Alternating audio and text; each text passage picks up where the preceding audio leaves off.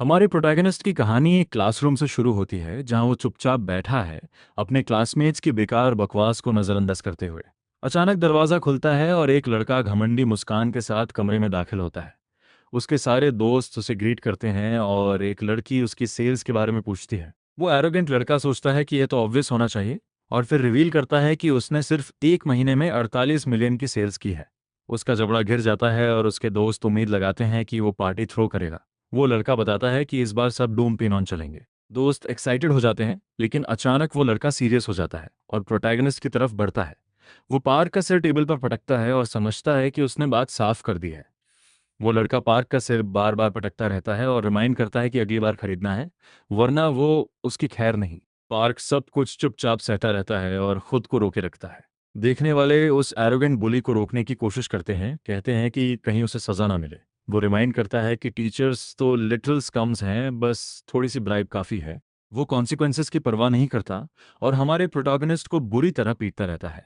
Park उसे एक cold look देता है, लेकिन वो लड़का हिंट नहीं लेता और हमारे बॉय को और प्रोवोक करता रहता है।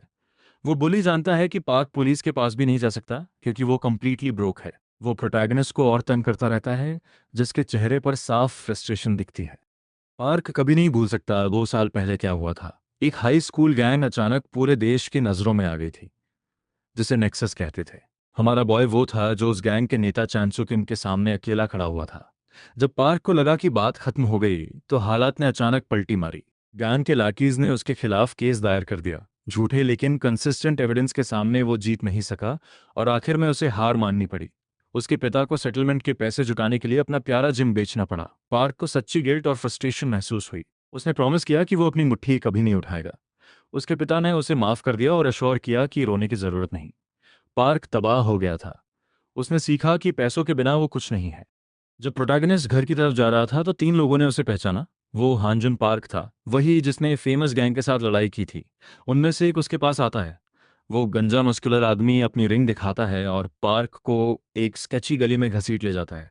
वो बिना किसी वजह के पार्क को मारने लगता है। वो उसे विम्पी बुलाता है, लेकिन पार्क खुद को रोके रखता है और नहीं लड़ता। उस मसल हेड को यकीन नहीं होता कि ऐसा कमजोर इंसान नेक्सस के सामने खड़ा हुआ था। वो पार्क को लात मारता रहता है और उसके पिता का जिक्र भी करता है। हमारा बॉय उसका पैर पकड़ लेता है और उसे एक ठंडी खौफनाक नज़र से देखता है। वो मसल हेड हैरान हो जाता है, लेकिन पार्क तुरंत माफी मांगता है और उसे छोड़ देता है। बदमाशों के पसीने छूटने लगते हैं और उनमें से एक हैरान होकर पूछता है कि उसका पूरा बदन क्यों जम गया था। उसे यकीन नहीं होता, लेकिन वो मानता है कि पार्क की नज़र ने ऐसा किया। वो मसल हेड हिंट नहीं लेता और लकड़ी का टुकड़ा उठा लेता है। वो पेशेंस खो देता है और वो लकड़ी पार्क के चेहरे पर तोड़ देता है। वो तब तक मारता रहता है जब तक उसका मन नहीं भरता, फिर बोरियत महसूस करते हुए अपने गैंग के साथ जाने लगता है। तभी एक मिस्टीरियस आदमी प्रकट होता है और सोचता है कि पार्क क्या खेल खेल रहा है। वो पूछता है कि क्या वो सिर्फ सेटलमेंट भरने से डर रहा है। उसे लगता है कि इतनी मार के बाद पार्क को खुद को रोकने की कोई ज़रूरत नहीं। वो मिस्टीरियस आदमी पहले से जानता है कि पार्क कंप्लीटली ब्रोक है, इसलिए वो अपना बैग खोलता है और नोटों की मोटी गड्डियां निकालकर फेंकता है। वो कहता है कि ये एक लॉयर के लिए काफ़ी है, लेकिन उसे ज़्यादा मज़ा आएगा अगर प्रोटैगनिस्ट खुद उस मसल हेड को तबाह करे और बाद में सेटलमेंट भरे। वो पूछता है कि क्या 3 मिनट्स उन स्कमबैग्स को निपटाने के लिए काफ़ी है। पार्क उसकी बात सुनता है और पूछता है कि वो है कौन। वो मिस्टीरियस आदमी रिवील करता है कि वो बस चांसू किम की जिंदगी बर्बाद करना चाहता है। वो और बताने को तैयार है, लेकिन पहले पार्क को उस बड़े ऑडियंस को हैंडल करने का ऑर्डर देता है। बॉल्डी को जमीन पर नोटों की गड्डियां दिखती हैं और वो अपने लैकीज के साथ पार्क की तरफ आता है। वो मसल हेड फिर बकवास शुरू करता है, लेकिन हमारा बॉय एक ही घूंसे में उसकी आत्मा को झटका दे देता है।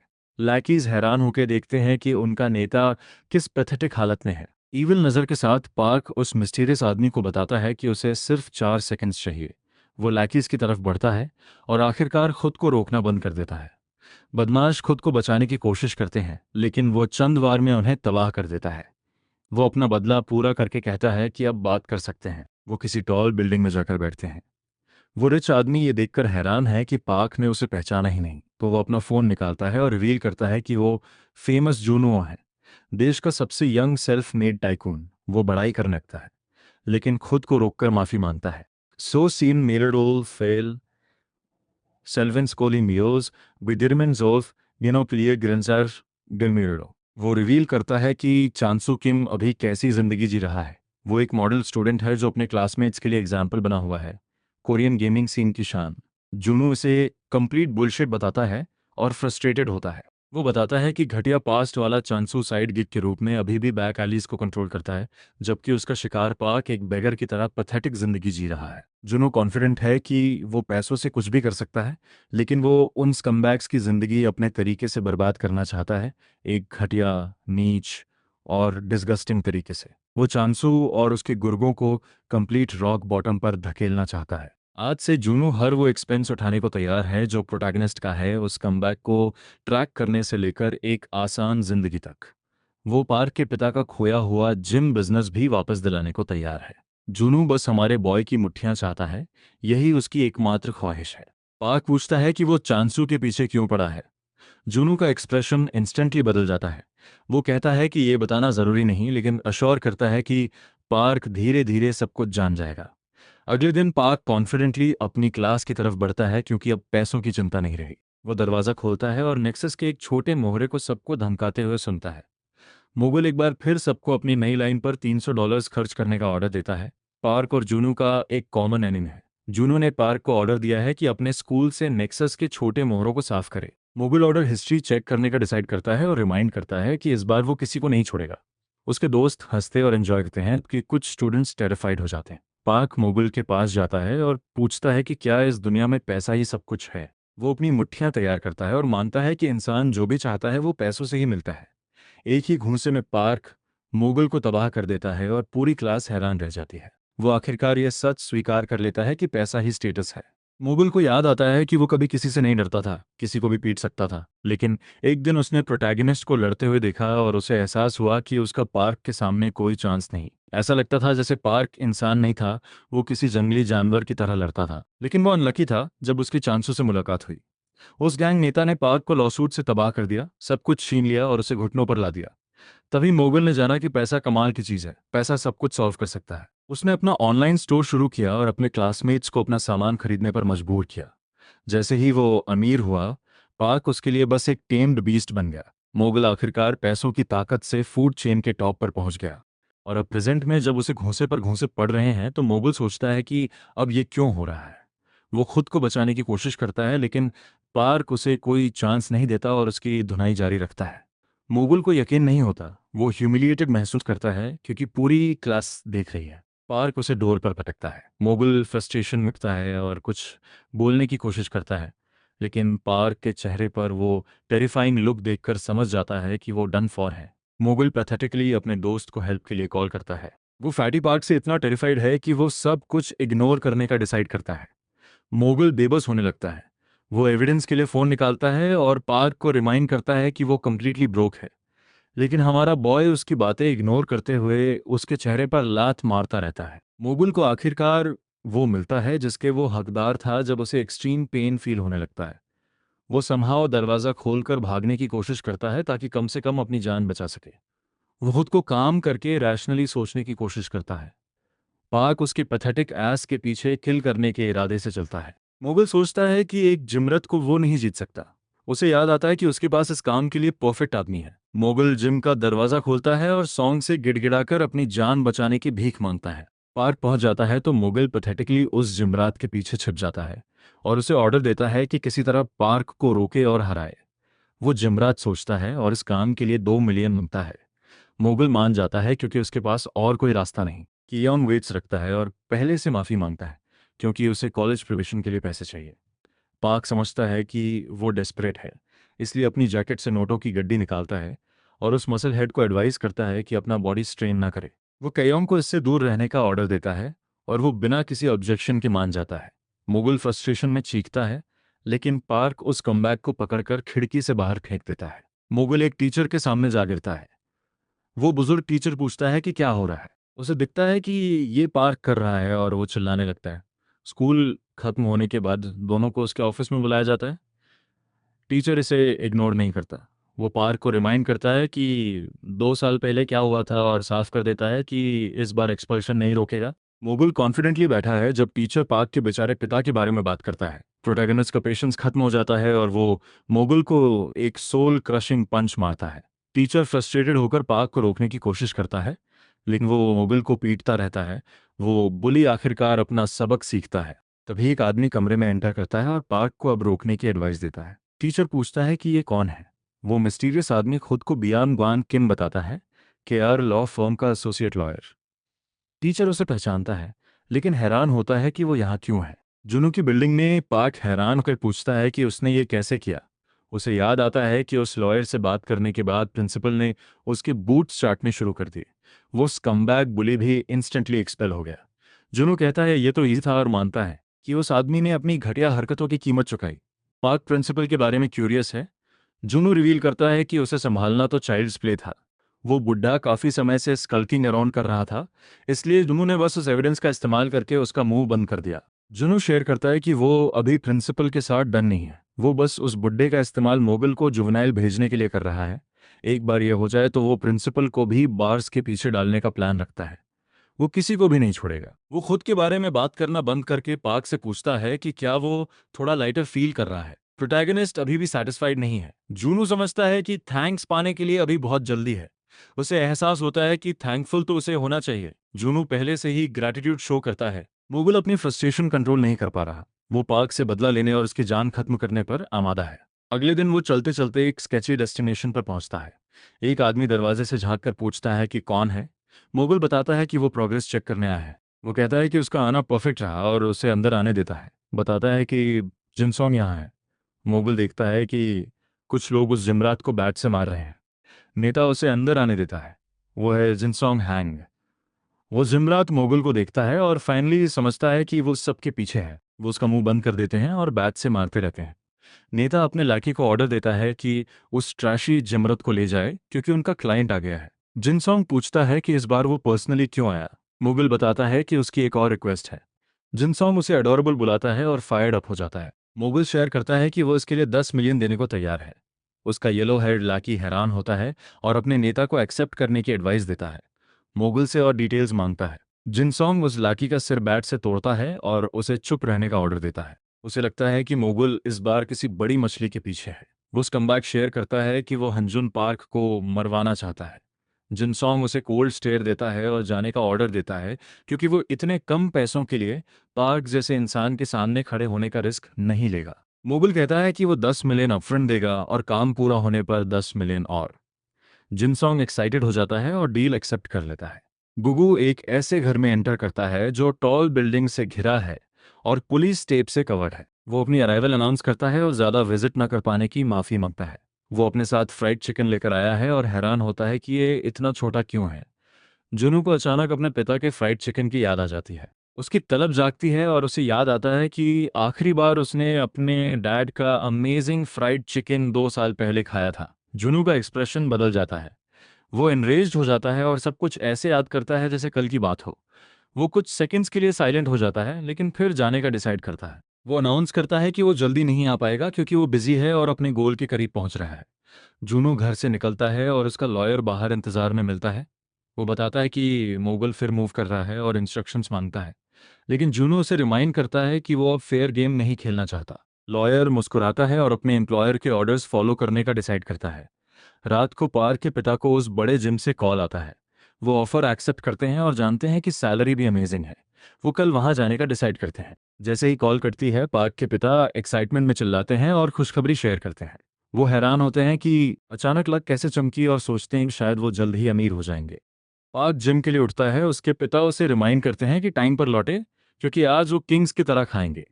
पार्क अपने पिता के चेहरे पर जेन्युइन स्माइल देखता है। वो हैप्पी फील करता है और जैसे ही वो घर से निकलता है उसे कॉल आती है और पता चलता है कि मोगल कुछ कर रहा है। जिनू समझाता है कि उसने कुछ रनअवे स्टूडेंट्स हायर किए हैं, लेकिन वो बड़ा इशू नहीं होंगे। जुनू एडवाइस करता है कि अगर ट्रबल हो तो कॉल करे, लेकिन प्रोटैगनिस्ट कहता है कि उसकी ज़रूरत नहीं। जुनू कंफ्यूज्ड होता है तो वो क्लैरिफाई करता है कि वो वॉनबी गैंगस्टर्स पहले से यहाँ आ चुके हैं। पार्क पूछता है कि वो कौन है। वो एक वैन को फुल स्पीड पर अपनी तरफ आते दिखता है जो उसकी ज़िंदगी ख़त्म करने को तैयार है। प्रोटैगनिस्ट इंस्टेंटली उसकी तरफ चार्ज करता है और किसी तरह खुद को बचाने की कोशिश करता है। पार्क ज़मीन पर गिरता है और हेड इंजरी होती है। थग्स उस पर हंसते हैं और सोचते हैं कि ये कोई मैसोकिस्ट है। जिनसोंग हैरान होता है। वो कहता है ये स्मार्ट था जब वो प्रोटैगनिस्ट को वापस उठते देखता है। पार्क एनरेज्ड हो जाता है और सबको खत्म करने के लिए रेडी हो जाता है। लोग अपने हथियार उठाते हैं और उसका सामना करने को तैयार होते हैं। जिनसोंग को एहसास होता है कि एजस से न लड़ने के बावजूद पार्क में अभी भी स्ट्रेंथ और एजिलिटी है। उसे लगता है कि वो जीत सकता है क्योंकि वो इंजर्ड है। पास की अपार्टमेंट्स में रहने वाले लोग शोर सुनकर हैरान होते हैं। वो थग मुस्कुराता है और अपने मेन को वैन के अंदर जाने का ऑर्डर देता है। वो उम्मीद करता है कि पार्क से फिर मिलेगा और चला जाता है। हमारा बॉय ये बर्दाश्त नहीं करता और फुल स्पीड से वैन की तरफ चार्ज करता है। थग्स उस पर हंसते हैं और पागल समझते हैं, लेकिन वो उन्हें गलत साबित करते हुए वैन के करीब पहुंच जाता है। थग्स टेरिफाइड हो जाते हैं। पार्क वैन पर जंप करता है और मिरर तोड़ता है। वो एक लैकी को पकड़ लेता है और वैन को जाने देता है। बाकी वैन में पूछते हैं कि क्या उनके पार्टनर के लिए वापस जाएं, लेकिन जिनसोंग ऑर्डर करता है कि उसे छोड़ दो, जिससे सब हैरान हो जाते हैं। जो लड़का गिरा था वो उठने की कोशिश करता है। पार्क ऑर्डर करता है कि बताए कहाँ जा रहे थे। वो मजाक करता है और सीरियसली नहीं लेता तो प्रोटैगनिस्ट उसके चेहरे को घूंसे से तोड़ देता है। वो उस पैथेटिक आदमी को एक और चांस देता है, लेकिन वो लैकी चुप रहता है। पार्क उस स्केची बिल्डिंग के अंदर उसकी धुनाई शुरू करता है। थग्स अपनी जीत सेलिब्रेट कर रहे हैं। उनका नेता ऑर्डर करता है कि ज्यादा न पिएं। मोगल चुपचाप बैठा है फ्रस्ट्रेटेड फेस के साथ। वो बोल पड़ता है और सब कुछ बकवास बताता है। वो नहीं समझता कि वो सेलिब्रेट क्यों कर रहे हैं। वो उम्मीद करता है कि वो उसके पैसों का मोल करेंगे और पूछता है कि अगर पाक उनकी क्रैपी हाइडआउट ढूंढ ले तो क्या होगा। नेता उसकी बात समझता है, लेकिन डाउट करता है कि पार्क आएगा। वो एक कोरियन कहावत का जिक्र करता है भालू के शिकार के बारे में। वो अपना ग्लास तोड़ता है और मुगल को रिमाइंड करता है कि वो एक टाइगर से डील कर रहे हैं। टाइगर हंटिंग के लिए कोई नाइफ काम नहीं आती। जिनसॉन मुगल का चेहरा पकड़ लेता है और टूटे हुए ग्लास से डराता है। वो डाउट करता है कि कोई नाइफ काम आएगी, लेकिन याद करता है कि उनके पूर्वज टाइगर्स को कैसे हंट करते थे, बहुत सारे पॉन्ग्स और डॉग्स छोड़कर। टाइगर्स को अपनी पर्सनल स्पेस पसंद होती है, लेकिन डॉग्स उसे तब तक तंग करते रहते हैं जब तक थकान नहीं आ जाती। जिनसोंग यही प्लान है प्रोटैगनिस्ट के लिए। उसका मानना है कि उसके मेन पार्क का चैन बर्बाद करते रहेंगे और उसे तब तक क्रेजी ड्राइव करेंगे जब तक वो गिर न जाए। अचानक दरवाजा ऐसे बजता है जैसे टूट ही जाएगा। पूरा गैंग टेरिफाइड हो जाता है जब वो आयरन डोर का डेंट देखते हैं। जिनसोंग अपने लाकी को चेक करने का ऑर्डर देता है। वो अनॉइड होकर झांकता है तो बाहर पार्क खड़ा है, क्लियर किलिंग इंटेंट के साथ। सब हैरान है कि उसने इतनी जल्दी उनकी हाइडआउट ढूंढ ली, लेकिन नेता ऑर्डर करता है कि काम रहें क्योंकि पार्क एक आयरन डोर नहीं तोड़ सकता। कुछ मिनट्स बाद वो सब मान लेते हैं कि वो चला गया। एक लाकी सोचता है कि शायद डर गया, लेकिन अचानक उसका एक्सप्रेशन बदल जाता है जब वो बालकनी के बाहर एक हाथ देखता है। पार्क जंप करके बालकनी का विंडो तोड़ता है। नेता यकीन नहीं कर पाता क्योंकि वो थर्ड फ्लोर पर है। पार्क एक सेकंड बर्बाद नहीं करता और एक के बाद एक थग्स को मारना शुरू करता है। वो अकेले पूरे गैंग को ओवरपावर कर लेता है। पार्क कई लोगों को डिस्ट्रॉय करता है और बाकियों को सबक सिखाने के लिए पलटता है। जैसे सब पार्क का सामना कर रहे हैं, मोगल टेरिफाइड हो जाता है, लेकिन नोटिस करता है कि जिनसोंग अपना कंपोजर बनाए हुए हैं। उसे याद आता है कि उन थग्स ने स्योंग को बड़ी आसानी से उठा लिया था। इसलिए वो खुद को अश्योर करता है और सोचता है कि नेता के पास अभी भी कुछ स्पेशल मूव्स या टैक्टिक्स होंगे।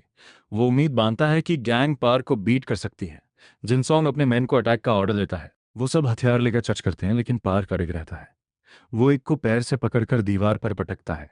एक और थग पीछे से अटैक करने की कोशिश करता है, लेकिन पार्क उसे तबाह करके पिन डाउन कर देता है। वो येलो हेड लैकी पार्क के सिर पर बैट तोड़ता है और सोचता है कि उसने डैमेज किया, लेकिन पार्क इंस्टेंटली उसे तीसरी फ्लोर की खिड़की से बाहर फेंककर गलत साबित करता है। वो पैथेटिक वीकलिंग जमीन पर जा गिरता है। कहीं से एक बाइकर गर्ल आती है और उस लैकी के पास जाती है। उसकी कॉन्शियसनेस फेडिंग होने लगती है, लेकिन वो क्यूट गर्ल पूछती है कि क्या पार्क ऊपर लड़ रहा है। वो खुशी से हाँ बताता है और बुलशिट बोलने की कोशिश करता है तो वो उसे हेलमेट मारकर चली जाती है। वो बाइकर गर्ल जुनू को पार्क की सिचुएशन के बारे में इन्फॉर्म करती है। जुनू कंसर्न लगता है, लेकिन वो डम गर्ल उसकी बातें इग्नोर करके ऑनलाइन कुछ क्यूट पर्सेस के बारे में बात करने लगती है। वो फर्दर इन्फॉर्मेशन के लिए पैसे मांगती है, जिससे जुनू इरिटेट होता है, लेकिन उसे सेटिस्फाई करने के लिए कैश भेज देता है। वो उसे पार्क की लोकेशन बताती है, उस अपार्टमेंट के अंदर। जिनसोंग पार्क के सामने फेस टू फेस है क्योंकि वो अकेला बचा है। मुगल पैथेटिकली पिटे हुए चेहरे के साथ एक तरफ पड़ा है।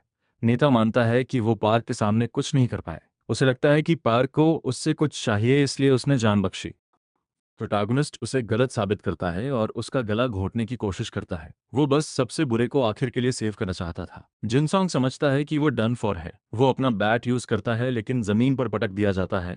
पार्क उसका चेहरा तोड़ना शुरू करता है। जैसे वो नेता को पंच करता है, एक रोता हुआ लड़का पार्क को रोकता है। वो गिड़गिड़ाता है कि ये अनफेयर है, वो पहले से काफ़ी सफ़र कर रहा है और एक ऑर्फन होने की एक्सपेंसेस हैंडल नहीं कर सकता। पार्क उसकी शिकायतें सुनता है लेकिन वो ऑर्फन पागल होने लगता है और पूछता है कि उसने क्या किया जो ये सब झेलना पड़ रहा है। जुनू फाइनली पहुंचता है और उस हॉरिबल मेस को देखता है जो पार्क ने किया है। ऑर्फन पूछता है कि ये कौन है और ट्रेम्बलिंग शुरू हो जाता है। उसे लगता है कि जुनू ने ही पार्क को ये सब करने का ऑर्डर दिया। जुनू खुद को इंट्रोड्यूस करता है और बताता है कि वो डैमेज का हर्जाना भरने को तैयार है। वो क्राई बेबी फाइनली शांत होता है और 10 मिलियन मांगता है। जुनू उसे 50 मिलियन देकर खुश कर देता है। पैथेटिक हालत में जिनसोंग हमारे बॉय को लिटरल मॉन्स्टर बुलाता है और कहता है कि कोई इंसान इतना स्ट्रांग नहीं हो सकता। उसे एहसास होता है कि शुरू से ही वो हार चुका था, इसलिए वो एक स्मार्ट मूव करता है और बिल्डिंग से कूदकर भागने की कोशिश करता है। वो लगभग कामयाब हो जाता है लेकिन पार्क उसका कॉलर पकड़ लेता है और ऊपर खींचने की कोशिश करता है क्योंकि वो अभी उससे डन नहीं हुआ। जिनसोंग जानता है कि अगर नहीं भागा तो मारा जाएगा, इसलिए वो अपना नाइफ निकालकर डराता है। पार्क उसे छोड़ देता है और वो स्कमबैग पैथेटिकली तीसरे फ्लोर से जमीन पर गिरता है। वो किसी तरह सिवियर इंजरीज के बावजूद उठकर भाग जाता है। जुनू कहता है कि जिंदगी जीने की स्ट्रांग विल है। एक पिटा हुआ लैकी हंसना शुरू करता है और पार्क को डम बुलाता है। वो कहता है कि उसने खुद को एक ह्यूज मेस में फंसा लिया है। वो जिनसोंग के पिता के बारे में रिमाइंड करता है और रिवील करता है कि उसके नेता का पिता पीजे का चेयरमैन है, वो शिपिंग बेहेमथ। लाकी बिलीव करता है कि उसके नेता का पिता दोनों को थिन एयर में गायब करवा देगा। जूनू विकेडली मुस्कुराता है जब उसे ये पता चलता है। जिनसोंग आखिरकार अपने घर पहुंचता है और अपने पिता हरंग को, जो पीजे शिपिंग के चेयरमैन हैं, अपनी इंजरीज देखकर कंसर्न होते पाता है। जिनसोंग अपने डैड से रिक्वेस्ट करता है कि दो लोगों को एलिमिनेट करे। हरांग उसे रिमाइंड करता है कि यह काम आसान नहीं है और पूछता है कि वो उनके पीछे क्यों पड़ा है। जिनसोंग पूरी कहानी शेयर करता है लेकिन उसके पिता उसे सीरियसली नहीं लेते। वो अपने बेटे को एडवाइस देते हैं कि चुप रखे और हमेशा इंसान की आंखों में देखे, वरना वो उसकी रिक्वेस्ट पूरी नहीं करेंगे। एक स्कैरी एक्सप्रेशन के साथ हरांग उसे ऑर्डर करता है कि ऐसे विनती करे जैसे जान का सवाल हो। जिनसोंग ध्यान से सुनता है और दृढ़ता से कहता है कि वो दोनों को मरते देखना चाहता है। पिता आखिरकार सेटिस्फाइड होता है और अपने मैन को कॉल करके ऑर्डर देता है कि 2 बैरल्स तैयार करें, क्योंकि वो कुछ यंग डेयरडेविल्स का शिकार करने निकल रहा है। वो एक कंस्ट्रक्शन साइट पर पहुंचते हैं। जूनू इसे पैथेटिक और स्टूपिड मानता है कि एक हाई स्कूल फ्यूड में गोरिल्ला ट्रूप को इन्वॉल्व किया गया। हरांग उस लड़के को कॉकी बुलाता है और हैरान होता है कि वो इतना मरना क्यों चाहता है। जूनू आगे बढ़ता है और रिवील करता है कि कोई मरना नहीं चाहता, इसलिए वो एक प्लान लेकर आया है। वो हरांग से उसे गेस करने को कहता है। हरांग कंफ्यूज होता है लेकिन इंस्टेंटली उसका जबड़ा गिर जाता है जब वो जूनू को पहचानता है। वो टेरिफाइड हो जाता है और अचानक उसे कॉल आती है। हरांग की हालत देखने लायक होती है जब उसे पता चलता है कि जूनू के पर्सनल ऑर्डर पर ओजे एफिलिएट्स ने शिपिंग डील कैंसिल कर दी है। वो यंग टाइकून मेनेसिंगली हंसता है जब रियलाइज होता है कि उसका प्लान काम कर गया। हरांग इंस्टेंटली घुटनों पर आ जाता है और गिड़गिड़ाने लगता है। उसके मेन कुछ नहीं समझते लेकिन वो उन्हें चुप रहने का ऑर्डर देता है। जूनू उसे ऑर्डर करता है कि पहले अपने एप्स को भगाए। पूरा गैंग बिना एक सेकंड बर्बाद किए चला जाता है। हरांग फिर गिड़गिड़ाना शुरू करता है क्योंकि यह डील उसके लिए सब कुछ है। उसे डाउट है कि ओजे के साथ पार्टनरशिप के बिना उसकी कंपनी सरवाइव कर सकती है। जिन्हों उसकी बात फिक्स करने में कोई प्रॉब्लम नहीं देखता, लेकिन वो अपनी कंपनी की पर्सनल इमेज को डैमेज नहीं करना चाहता। वो किसी गैंग बॉस के बाप के साथ पार्टनर नहीं बनना चाहता। हरांग प्रॉमिस करता है कि वो ये मेक श्योर करेगा कि उसका बेटा कभी कोरिया में पैर न रखे। जिनसोंग बीच में बोलने की कोशिश करता है लेकिन उसका पिता उसके मुंह पर मुक्का मारता है और उसकी धुनाई शुरू कर देता है। जूनो ये देखकर हंसता है लेकिन ऑर्डर करता है कि अब बस करे, ये काफ़ी है। उसे लगता है कि लड़के को अब्रॉड भेजना तो ट्रीट की तरह है, इसलिए वो इससे सेटिस्फाइड नहीं है। वो उस कमबैक को डिसिप्लिन करने का अपना तरीका शेयर करता है। हरांग अपनी कंपनी के लिए कुछ भी करने को तैयार है, इसलिए जूनो बताता है कि जिनसोंग की हरकत ने उसे आज 50 मिलियन का नुकसान करवाया, जो कुछ के लिए बड़ी रकम है। वो चाहता है कि वो लड़का इसे मेहनत करके चुकाए, लेकिन हरांग को डाउट है कि उसका बेटा इतनी बड़ी रकम दे पाएगा। जुनू विकेटली मुस्कुराता है और याद करता है कि उनका फैमिली बिजनेस सी फार्मिंग का है। जिनसोंग को समझ आ जाता है कि आगे क्या होने वाला है और फाइनली रियलाइज करता है कि वो कंप्लीटली डन फॉर है। उसके पास कोई और चॉइस नहीं है, इसलिए वो अपने डैड के सी फार्मिंग बोट पर मछलियां पकड़ने लगता है। एक ह्यूज बिल्डिंग के अंदर पार्क जूनू के साथ बैठा है और मानता है कि वो किसी विलेन की तरह है। जूनू मानता है कि वो फेयर नहीं खेल रहा, लेकिन प्रोटैगनिस्ट को एडवाइस देता है कि जो मैटर्स पैसों से सॉल्व हो सकते हैं उन्हें इग्नोर करे। वो नहीं चाहता कि हमारा बॉय बेवजह इंजर्ड हो। पार्क टफ एक्ट दिखाने की कोशिश करता है लेकिन कल वाली वो गर्ल अपीयर होती है और उसकी गर्दन पर ब्रूजेस पॉइंट आउट करती है। जूनो शेयर करता है कि वो उनकी न्यू पार्टनर है जो नेक्सस को तोड़ने में हेल्प करेगी। वो एक सेलिब्रिटी है जो उनके लिए इन्फॉर्मेंट का काम करेगी। वो गर्ल ये लेबल सुनकर एम्बैरेस्ड फील करती है। उसका नाम है एसियो यान चॉय और वो थोड़ी शॉक्ड है, क्योंकि उसने पार्क के बारे में इतना कुछ सुनकर सोचा था कि वो किसी ट्रकर की तरह दिखेगा। वो हमारे बॉय को डैपर बुलाती है, लेकिन जूनो उसे रिमाइंड करता है कि इतना क्लोज ना जाए। वो उसे मिडिल फिंगर देती है और कहती है कि वो ट्रकर को चूज करेगी। जूनू को उस लास्ट कॉल वाली उसकी स्टूपिड बिहेवियर याद आ जाती है। वो उसकी बातें इग्नोर करती है और बिजनेस की बात करने का ऑर्डर देती है। जूनू थोड़ा इरिटेटेड होता है लेकिन काम रहता है और रिवील करता है कि वो यहाँ नेक्स्ट मूव के लिए न्यू प्लान्स बनाने आए हैं। उसे लगता है कि कोई प्लान नहीं चाहिए, पार्क बस सबको इजीली वूप कर सकता है। वो रिमाइंड करता है कि नेक्सस इतनी रैपिडली ग्रो हो चुकी है कि पार्क अकेले उस ह्यूज आर्मी के सामने कुछ नहीं कर सकता। वो डिसाइड करता है कि उनकी कॉम्बैट फोर्स से शुरुआत करते हैं। वो टेबल पर एक फाइल फेंकता है और रिवील करता है कि जल्द ही कोई उनसे ज्वाइन कर सकता है। प्रोटैगनिस्ट उस हाई स्कूल का नाम पहचानता है जिसके बारे में जुनू बात कर रहा है और अज्यूम करता है कि यह डोंगन किम है। जुनू उसे करेक्ट बताता है और रिमाइंड करता है कि यही वो आदमी है जो 2 साल पहले नेक्सस के खिलाफ पार्क के साथ खड़ा था। पार्क को कुछ और याद आता है। जुनू पहले से जानता है कि पहली लड़ाई में उसके घुटने में इंजरी हुई थी जिसने उसकी पूरी जिंदगी बर्बाद कर दी। जुनू सेल्फिशली साफ करता है कि फिर भी उसे उस आदमी की जरूरत है। पार्क साइलेंट हो जाता है, लेकिन जुनू अश्योर करता है कि चिल करे, वो सब प्रोफेशनल्स हैं। उसे लगता है ये पार्क के लिए अपने ओल्ड फ्रेंड्स से मेकअप करने और नेक्सस इन्फेस्टेड स्कूल को क्लीन करने का एक अच्छा मौका है। डोंगन हाई स्कूल में गैंग मेंबर्स मीटिंग कर रहे हैं। एक बताता है कि मोगल को जुवेनाइल भेज दिया गया है, बुलिंग और फोर्स्ड परचेसेस की वजह बनी, तो उससे कोई उम्मीद नहीं। सदस्य उस पैथेटिक कमबैक पर हंसते हैं, लेकिन एक मानता है कि उन्हें कम से कम उस शख्स को सबक सिखाना चाहिए जिसने ये किया, क्योंकि मोगल उनके गैंग का मेंबर था। इन्फॉर्मेंट शेयर करना जारी रखता है कि यह सब करने वाला हंजन पार्क है, उस हाई स्कूल का नंबर 1। यंग चोल थोड़ा शॉक्ड होता है। वो याद करते हैं कि प्रोटैगनिस्ट ने प्रॉमिस किया था कि वो लो रहेगा। जब वो ये डिस्कस कर रहे होते हैं तभी एक स्टूडेंट दरवाज़ा तोड़कर घुसता है और अनाउंस करता है कि हुन पार्क ने उनके स्कूल में ट्रांसफ़र लिया है। पूरा गैंग इंक्लूडिंग गैंग चो हैरान हो जाता है। अपनी न्यू क्लास में प्रोटैगनिस्ट खुद को इंट्रोड्यूस करता है और रिवील करता है कि वो यहाँ सबको डिस्ट्रॉय करने आया है। पूरी क्लास उसे घूरती है। टीचर उसे हंसते हुए डिसमिस करता है और सीट दिखाता है। पार्क अपनी सीट की तरफ चलता है और उंग जो के साथ बैठता है। वो बात करना शुरू करता है कि उसे एडवाइस दी गई थी कि पार्क से न उलझे, लेकिन उसका मन अभी भी लड़ने को कर रहा है। वो क्लैरिफाई करता है कि वो भी पिछले साल ही ट्रांसफ़र हुआ था और पार्क के बारे में तब से सुन रहा है। वो बस देखना चाहता है कि पार्क उन एक्सपेक्टेशंस पर खरा उतरता है या नहीं। वो फेयर फाइट के लिए रिक्वेस्ट करता है, लेकिन पार्क उसे कंप्लीटली इग्नोर करता है। वो अनॉयड होकर पार्क को स्लैप मारता है ताकि बात साफ हो। हमारा बॉय उसका सिर पकड़कर एक ही ब्लो में तबाह कर देता है, जिससे पूरी क्लास हैरान रह जाती है। बैटिंग केज पर चॉय अभी भी मानती है कि डोंगन को टीम में ऐड करना बैड डिसीजन है। वो कई स्ट्रॉन्ग मैन जानती है इस काम के लिए और मानती है कि जूनू ने पार्क के फ्रेंड की नी इंजरी की वजह से फेवर किया। वो उसे गलत बताता है और रिवील करता है कि डोंगन शायद सबसे टैनिशियस आदमी है जिसे वो जानता है। लोग उसे छोटे कद की वजह से अंडर एस्टिमेट करते हैं, लेकिन उनसे उसकी अनयील्डिंग स्पिरिट मिस हो जाती है जिसे उसने नेक्सस के खिलाफ दिखाया था। उसका मानना है कि ऐसी स्पिरिट्स वाले लोग टूट सकते हैं लेकिन झुकते नहीं। वो अभी भी डाउट करती है कि वो ब्रोकन नी के साथ यूजफुल होगा। जुनू मानता है कि वो अपना पुराना विगर लूज कर सकता है, लेकिन डेफिनेटली एक नया एज डेवलप करेगा। वो साइलेंट हो जाती है और कहती है कि उसे कोई किताब लिखनी चाहिए। स्कूल में पार्क हॉलवे से गुजर रहा है जिसके चारों तरफ थग्स हैं। आखिरकार वो अपने पुराने दोस्त को ढूंढता है। एक आदमी आता है और डोंगन को स्नैक्स लाने में 5 मिनट से ज्यादा लगाने के लिए लात मारता है।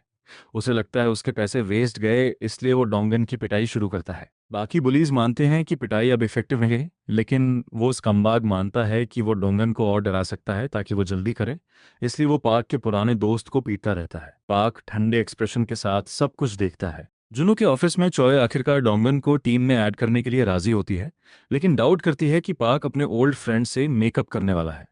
उसे लगता है कि पैसों का यूज करना ज्यादा फास्ट होता, लेकिन जुनू रिवील करता है कि वो ऐसा आदमी है जो पैसों की परवाह नहीं करता। वो रिमाइंड करता है कि उस लड़के ने सिर्फ इसलिए नेक्सस के खिलाफ लड़ाई की क्योंकि हंजुन ने ऐसा किया था। उसे यह कंप्लीटली स्टूपिड लगता है, लेकिन जो उसने जाना है उससे, दोस्त का दुश्मन उसका दुश्मन होता है। डोंगन का असली नेचर है कि दोस्त को तकलीफ में देखे तो रुक नहीं सकता। स्कूल में डोंगन को फाइनली ब्रेक मिलता है और वो बैठकर चिल करता है। पार्क उसके पास जाता है और ग्रीट करता है। डोंगन पहले से जानता है कि पार्क ने ट्रांसफर क्यों किया। वो डाउट करता है कि यह पॉसिबल है क्योंकि गैंग के पास अब न सिर्फ मैन है बल्कि फाइनेंशियल पावर भी है, इसलिए यह ऑलरेडी ओवर है। पार्क साफ करता है कि इस बार वो जीतने का एम कर रहा है। डोगन इसे डिल्यूजनल बताता है, उसकी डिटर्मिनेशन ने उसे किस पैथेटिक स्टेट में डाला वो याद दिलाता है। पार्क साइलेंट हो जाता है लेकिन चैलेंज करता है कि बस देखते रहो।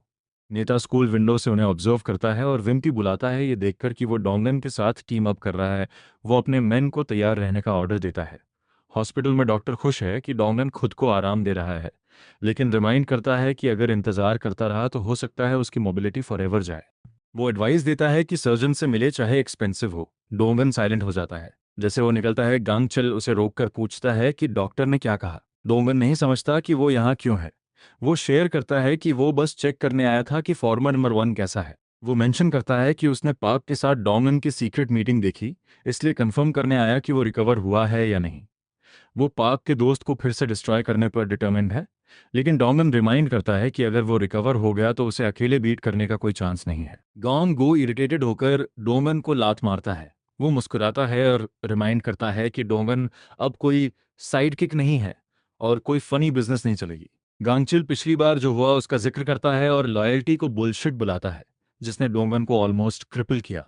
डोंगन पॉइंट आउट करता है कि गंगचिल ने उन्हें बिट्रे किया और उस शिटी गैंग में ज्वाइन हो गया। वो इसे विकेट बुलाता है, लेकिन जोंगचिल हंसता है और कहता है सोचता रहे जो चाहे, वो लॉयल विम्पी नहीं बनना चाहता। उसे डाउट है कि डोंगन इस बार भी अपनी लॉयल्टी बनाए रख सकता है। स्कूल में पार्क चुपचाप बैठा है जब एक अनाउंसमेंट शुरू होती है। गैंगवॉल खुद को इंट्रोड्यूस करता है और पूरे स्कूल को बताता है कि वो फेमस हंजुन पार्क जिसने 2 साल पहले नेक्सस के खिलाफ खड़े होने की हिम्मत की, वो यहाँ है उसे तोड़ने के लिए। वो उसे बुलशिट बुलाता है और पार्क को तैयार रहने की वार्निंग देता है। पूरी क्लास खड़ी होकर प्रोटैगनिस्ट से लड़ने की तैयारी करने लगती है। गैंग चो मानता है कि वो वन ऑन वन में कुछ नहीं कर सकता, लेकिन फेयर प्ले में उसकी कोई इंटरेस्ट नहीं है। स्टूडेंट्स की एक आर्मी हथियार लेकर पार्क की क्लास की तरफ बढ़ती है। नेता मैन को तैयार रहने का ऑर्डर देता है, कहता है कि वो पार्क को सबक सिखाने वाले हैं। लेकिन हॉलवे में कुछ आदमी कंप्लीटली इंजर्ड होकर उड़ते हुए आते हैं। देखने वाले टेरिफाइड हो जाते हैं और जानते हैं कि पार्क ने पहले ही सबको हैंडल कर दिया। वो हैरान है कि पूरी क्लास ऑलरेडी डिफीटेड हो चुकी है। प्रोटैगनिस्ट ईविल एक्सप्रेशन के साथ बाहर आता है और सबको चैलेंज करता है कि आओ अटैक करो। स्टूडेंट्स की वो ह्यूज आर्मी एक साथ चार्ज करती है, लेकिन पार्क बिना हेजिटेशन के सबका सामना करता है और पूरे गैंग की धुनाई करता है। लोगन सब कुछ इग्नोर करने की कोशिश करता है और खुद को रोके रखता है। फाइट जारी रहती है। पूरा स्कूल प्रोटैगनिस्ट को डिफीट करने की कोशिश करता है, लेकिन वो अकेले सबका सामना करता रहता है। वो मैन उसे क्रेजी बुलाते हैं और रियलाइज करते हैं कि वो मजाक नहीं कर रहा था।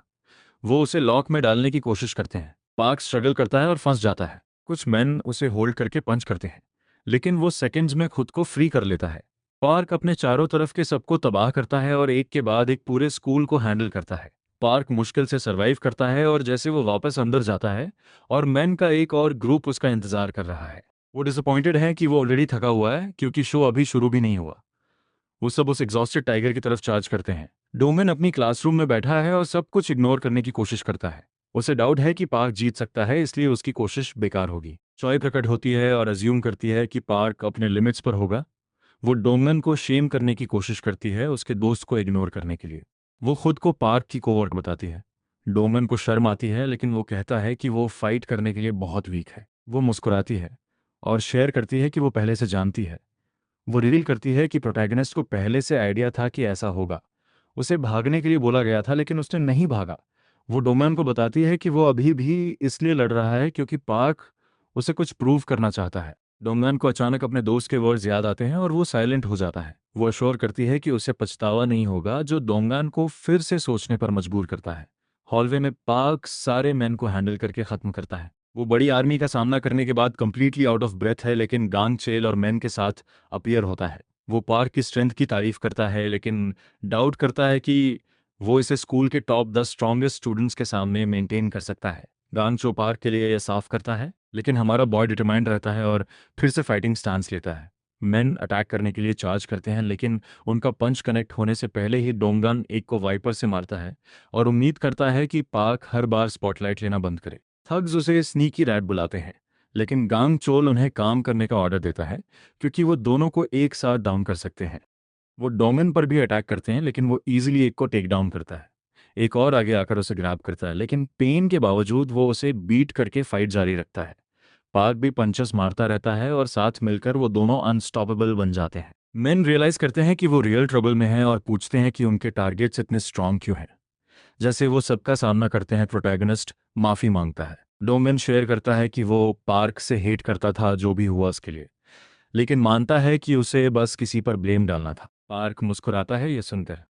नेता मोमेंट को बर्बाद करने के लिए जंप करता है और जैसे वो दोनों पर अटैक करने की कोशिश करता है, वो डॉज करते हैं। डोगन शेयर करता है कि वो उस आदमी को खुद हैंडल करना चाहता है।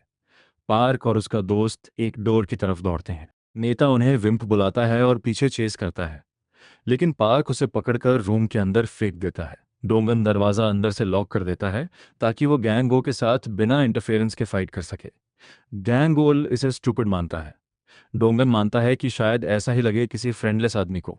वो मैन एंग्री होकर अटैक के लिए चार्ज करता है, लेकिन डोंगन उसे हार्ड हिट मारकर पुश बैक करता है। गैंगो परसिस्टेंट रहता है और डोंगन के पैर पकड़ लेता है। वो उसे उठाकर ग्लास डोर पर पटकता है तोड़ते हुए। वो डोंगन का वेपन तोड़ने में सक्सेस होता है और मानता है कि अब वो कुछ नहीं कर सकता। डोंगन अपनी शर्ट उतारता है और अपनी मुट्ठी पर बांध देता है। योमचो इसे फनी बुलाता है, लेकिन जैसे वो दोनों ब्लोज एक्सचेंज करते हैं, डोंगन शर्ट का यूज करके थग का चेहरा ग्रैब करता है और उसे जमीन पर पिन करता है। वो उसका चेहरा स्मैश करना शुरू करता है, लेकिन जुमचल उसका पैर पकड़कर नीचे खींच लेता है। वो फाइनली खुद को फ्री करता है। गैंग चो साफ करता है कि वो पहले जैसा नहीं रहा जब वो डोंगन के इंजर्ड लेग को स्क्वीज करता है। डोंगन दर्द में चीखता है और गैंग चो को छोड़ देता है। नेता फाइनली उठता है, अपनी सांस लेता है और डिटरमाइंड होता है कि किसी दिन बदला लेगा। डोगन उसे रुकने का ऑर्डर देता है, जिससे युंग एल हैरान होता है क्योंकि उसे लगता था डोगन ने सबक सीख लिया।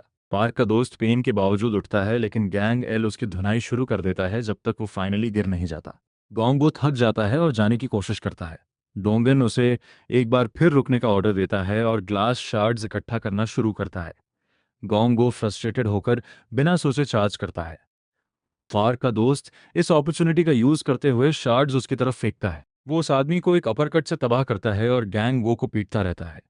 वो नहीं चाहता कि कोई समझे, लेकिन फिर भी रिवील करता है कि अगर उसने यह फाइट नहीं जीती तो बाद में पार्क के सामने शर्मिंदा होना पड़ेगा। गैंग चो की विजन ब्लरी होने लगती है उस आदमी के लगातार पंचेस खाने के बाद। डोंगन को वो सब याद आता है जो उसने सहा था और वो आखिरी ब्लो मारता है उस मसल हेड को नॉक आउट करने के लिए। उसका पैर दर्द करता है, लेकिन डोंगन इसे इग्नोर करता है और बाहर निकलता है, ये जानने के लिए कि उसके दोस्त ने सच में जीत हासिल की। पार्क अपने घायल दोस्त को पकड़ता है और दोनों हंसते हुए स्कूल से निकलते हैं। बोर्ड का चेयरमैन डोंग यॉन हैरान हो जाता है जब उसकी नज़र उस स्कूल पर पड़ती है। उसे पता चलता है कि यह सब पार्क ने किया था। वो पूरे स्कूल की हालत देखता है और यकीन नहीं होता कि यह सब एक सिंगल आदमी की वजह से हुआ। वो हंसता है और अपने मैन को उसके सामने आदमी लाने का ऑर्डर देता है। जब वो उस आदमी के सामने होता है तो मैन रिवील करता है कि वो अपने स्टूडेंट्स की प्रॉब्लम्स में इंटरफेयर नहीं करते, लेकिन खुद ग्रोन अप कॉन्वर्जेशन हैंडल करने में कोई प्रॉब्लम नहीं। डोंगन जानता है कि पार्क के पीछे कौन है, लेकिन फिर भी कहता है कि ये अनफेयर है क्योंकि वो एक लॉ गवर्न्ड कंट्री में रहते हैं। वो इसे अनफेयर बुलाता है, लेकिन मिन कुछ सूटकेसेस नीचे रखता है और मानता है कि वो सेटिस्फाइड हो जाएगा। डोंग विकेडली मुस्कुराता है। वो अपने मेन को चेक करने का ऑर्डर देता है और साफ करता है कि अब उसे सिर्फ येलो स्टैक्स ही सेटिस्फाई कर सकते हैं। वो लाकी उसे खोलता है और सबको अंदर कुछ टेक्स्ट बुक्स मिलती हैं। डोंग हैरान होकर पूछता है कि वो क्या देख रहा है, तो मिन उसे हेडलाइंस चेक करने का ऑर्डर देता है। उसे उसकी गैंग के बारे में इंफॉर्मेशन मिलती है जो डाई ग्रेजुएट्स को रिक्रूट कर रही है, और हेडलाइंस में डाई के सब्सिडीज चुराने, टैक्स फ्रॉड करने और बहुत कुछ का एविडेंस भी है। मिन उसे वार्न करता है कि पीछे हट जाए वरना वो और डीपर डिग करने को तैयार है। डोंग एनरेज्ड हो जाता है और उस आदमी को थ्रेटन करता है, उसे उसकी करंट सिचुएशन याद दिलाता है। वो हैरान होता है कि मिन अभी भी अनफेज्ड क्यों बैठा है। वो फोर आइज उसे बताता है कि चीज़ें उसकी मौत से नहीं रुकेंगी, और अगर केआर और डाई आपस में लड़ें तो उसे डाउट है कि डोंग जीतेगा। ऊपर से डेथ थ्रेट ऐड करना एक डेथ मैच शुरू करने की काफ़ी वजह है। डोंग खुद को रोकता है और अपने मेन को वेपन्स वापस लेने का ऑर्डर देता है। वो डायरेक्टली पॉइंट पर आता है और पूछता है कि मिन क्या चाहता है। फोर आइज पूरे स्कूल की डिमांड करता है, जिससे डोंग हैरान हो जाता है। हॉस्पिटल में चॉय को यकीन नहीं होता कि प्रोटैगनिस्ट पूरे स्कूल के खिलाफ खड़ा रहा और फिर भी बिना किसी इंजरी के निकला। पार्क जवाब देना शुरू करता है, लेकिन डॉक्टर आता है और बताता है कि उसे नहीं पता यह आदमी कैसे टिका रहा। हालांकि वो रिलीव्ड दिखता है जब बताता है कि सर्जरी पूरी तरह सक्सेसफुल रही। डॉक्टर शो है कि डोंगन इससे रिकवर करेगा। पार्क ये न्यूज़ सुनकर मुस्कुराना शुरू करता है, कहीं एक फैंसी रेस्टोरेंट में जूनू एक वुमन के पास पेशेंस से बैठा है, जो चांसू किम को उनका प्रेशियस टाइम देने के लिए शुक्रिया अदा कर रही है। वो उसका इंटरव्यू लेना शुरू करती है। जूनू स्कूल के बारे में न्यूज़ पढ़ता है और सेटिस्फैक्शन के साथ मुस्कुराना शुरू करता है। वो सुनता है जब इंटरव्यू खत्म होने के बाद वुमन चली जाती है। चांसू जूनू को पहचानता है और समझता है कि उसकी टीम शेड्यूल क्यों कैंसिल हुई। उसे लगता है कि जूनू ही उस मैगजीन इंटरव्यू के पीछे था। चांसू हैरान होता है कि जूनू जैसा इंपॉर्टेंट आदमी उसे फाइंड करने की कोशिश कर रहा है। वो इस बात पर अच्छा फील करता है, लेकिन जूनू मिस्चीवियसली मुस्कुराता है और उसे बुलशिट बंद करने का ऑर्डर देता है। वो बैठता है और चांसू को उसके बारे में रिमाइंड करता है। वो गैंग नेता मुस्कुराता है और अश्योर करता है कि उसे सब याद है, लेकिन चीज़ें बदल गई हैं। वो उस आदमी की इतनी ऊंचाई तक पहुंचने की तारीफ करता है और मानता है कि वो सिर्फ एक गेमर से ज़्यादा कुछ नहीं है। चांसू अपनी एडमिरेशन शो करता है, लेकिन जूनू उसकी बुलशिट सी थ्रू कर लेता है और साफ करता है कि वो इतनी आसानी से मूव ऑन नहीं करेगा। जूनू विकेटली मुस्कुराता है और रिवील करता है कि उसने डोंग यन्हाई को डिस्ट्रॉय किया। सोनू काम रहता है और जाने की कोशिश करता है क्योंकि उसके पास कहने को कुछ नहीं है। वो हैंडशेक के लिए हाथ बढ़ाता है, लेकिन जूनू उसे इग्नोर करता है और कोई इंटरेस्ट नहीं दिखाता। जूनू उम्मीद करता है कि अगली बार मिलने पर वो अपनी क्रैपी स्माइल बनाए रख सके। सोनू उसे एक बार फिर स्माइल देता है, लेकिन रेस्टोरेंट से निकलते वक्त उसके एक्सप्रेशन पर फ्रस्ट्रेशन दिखती है।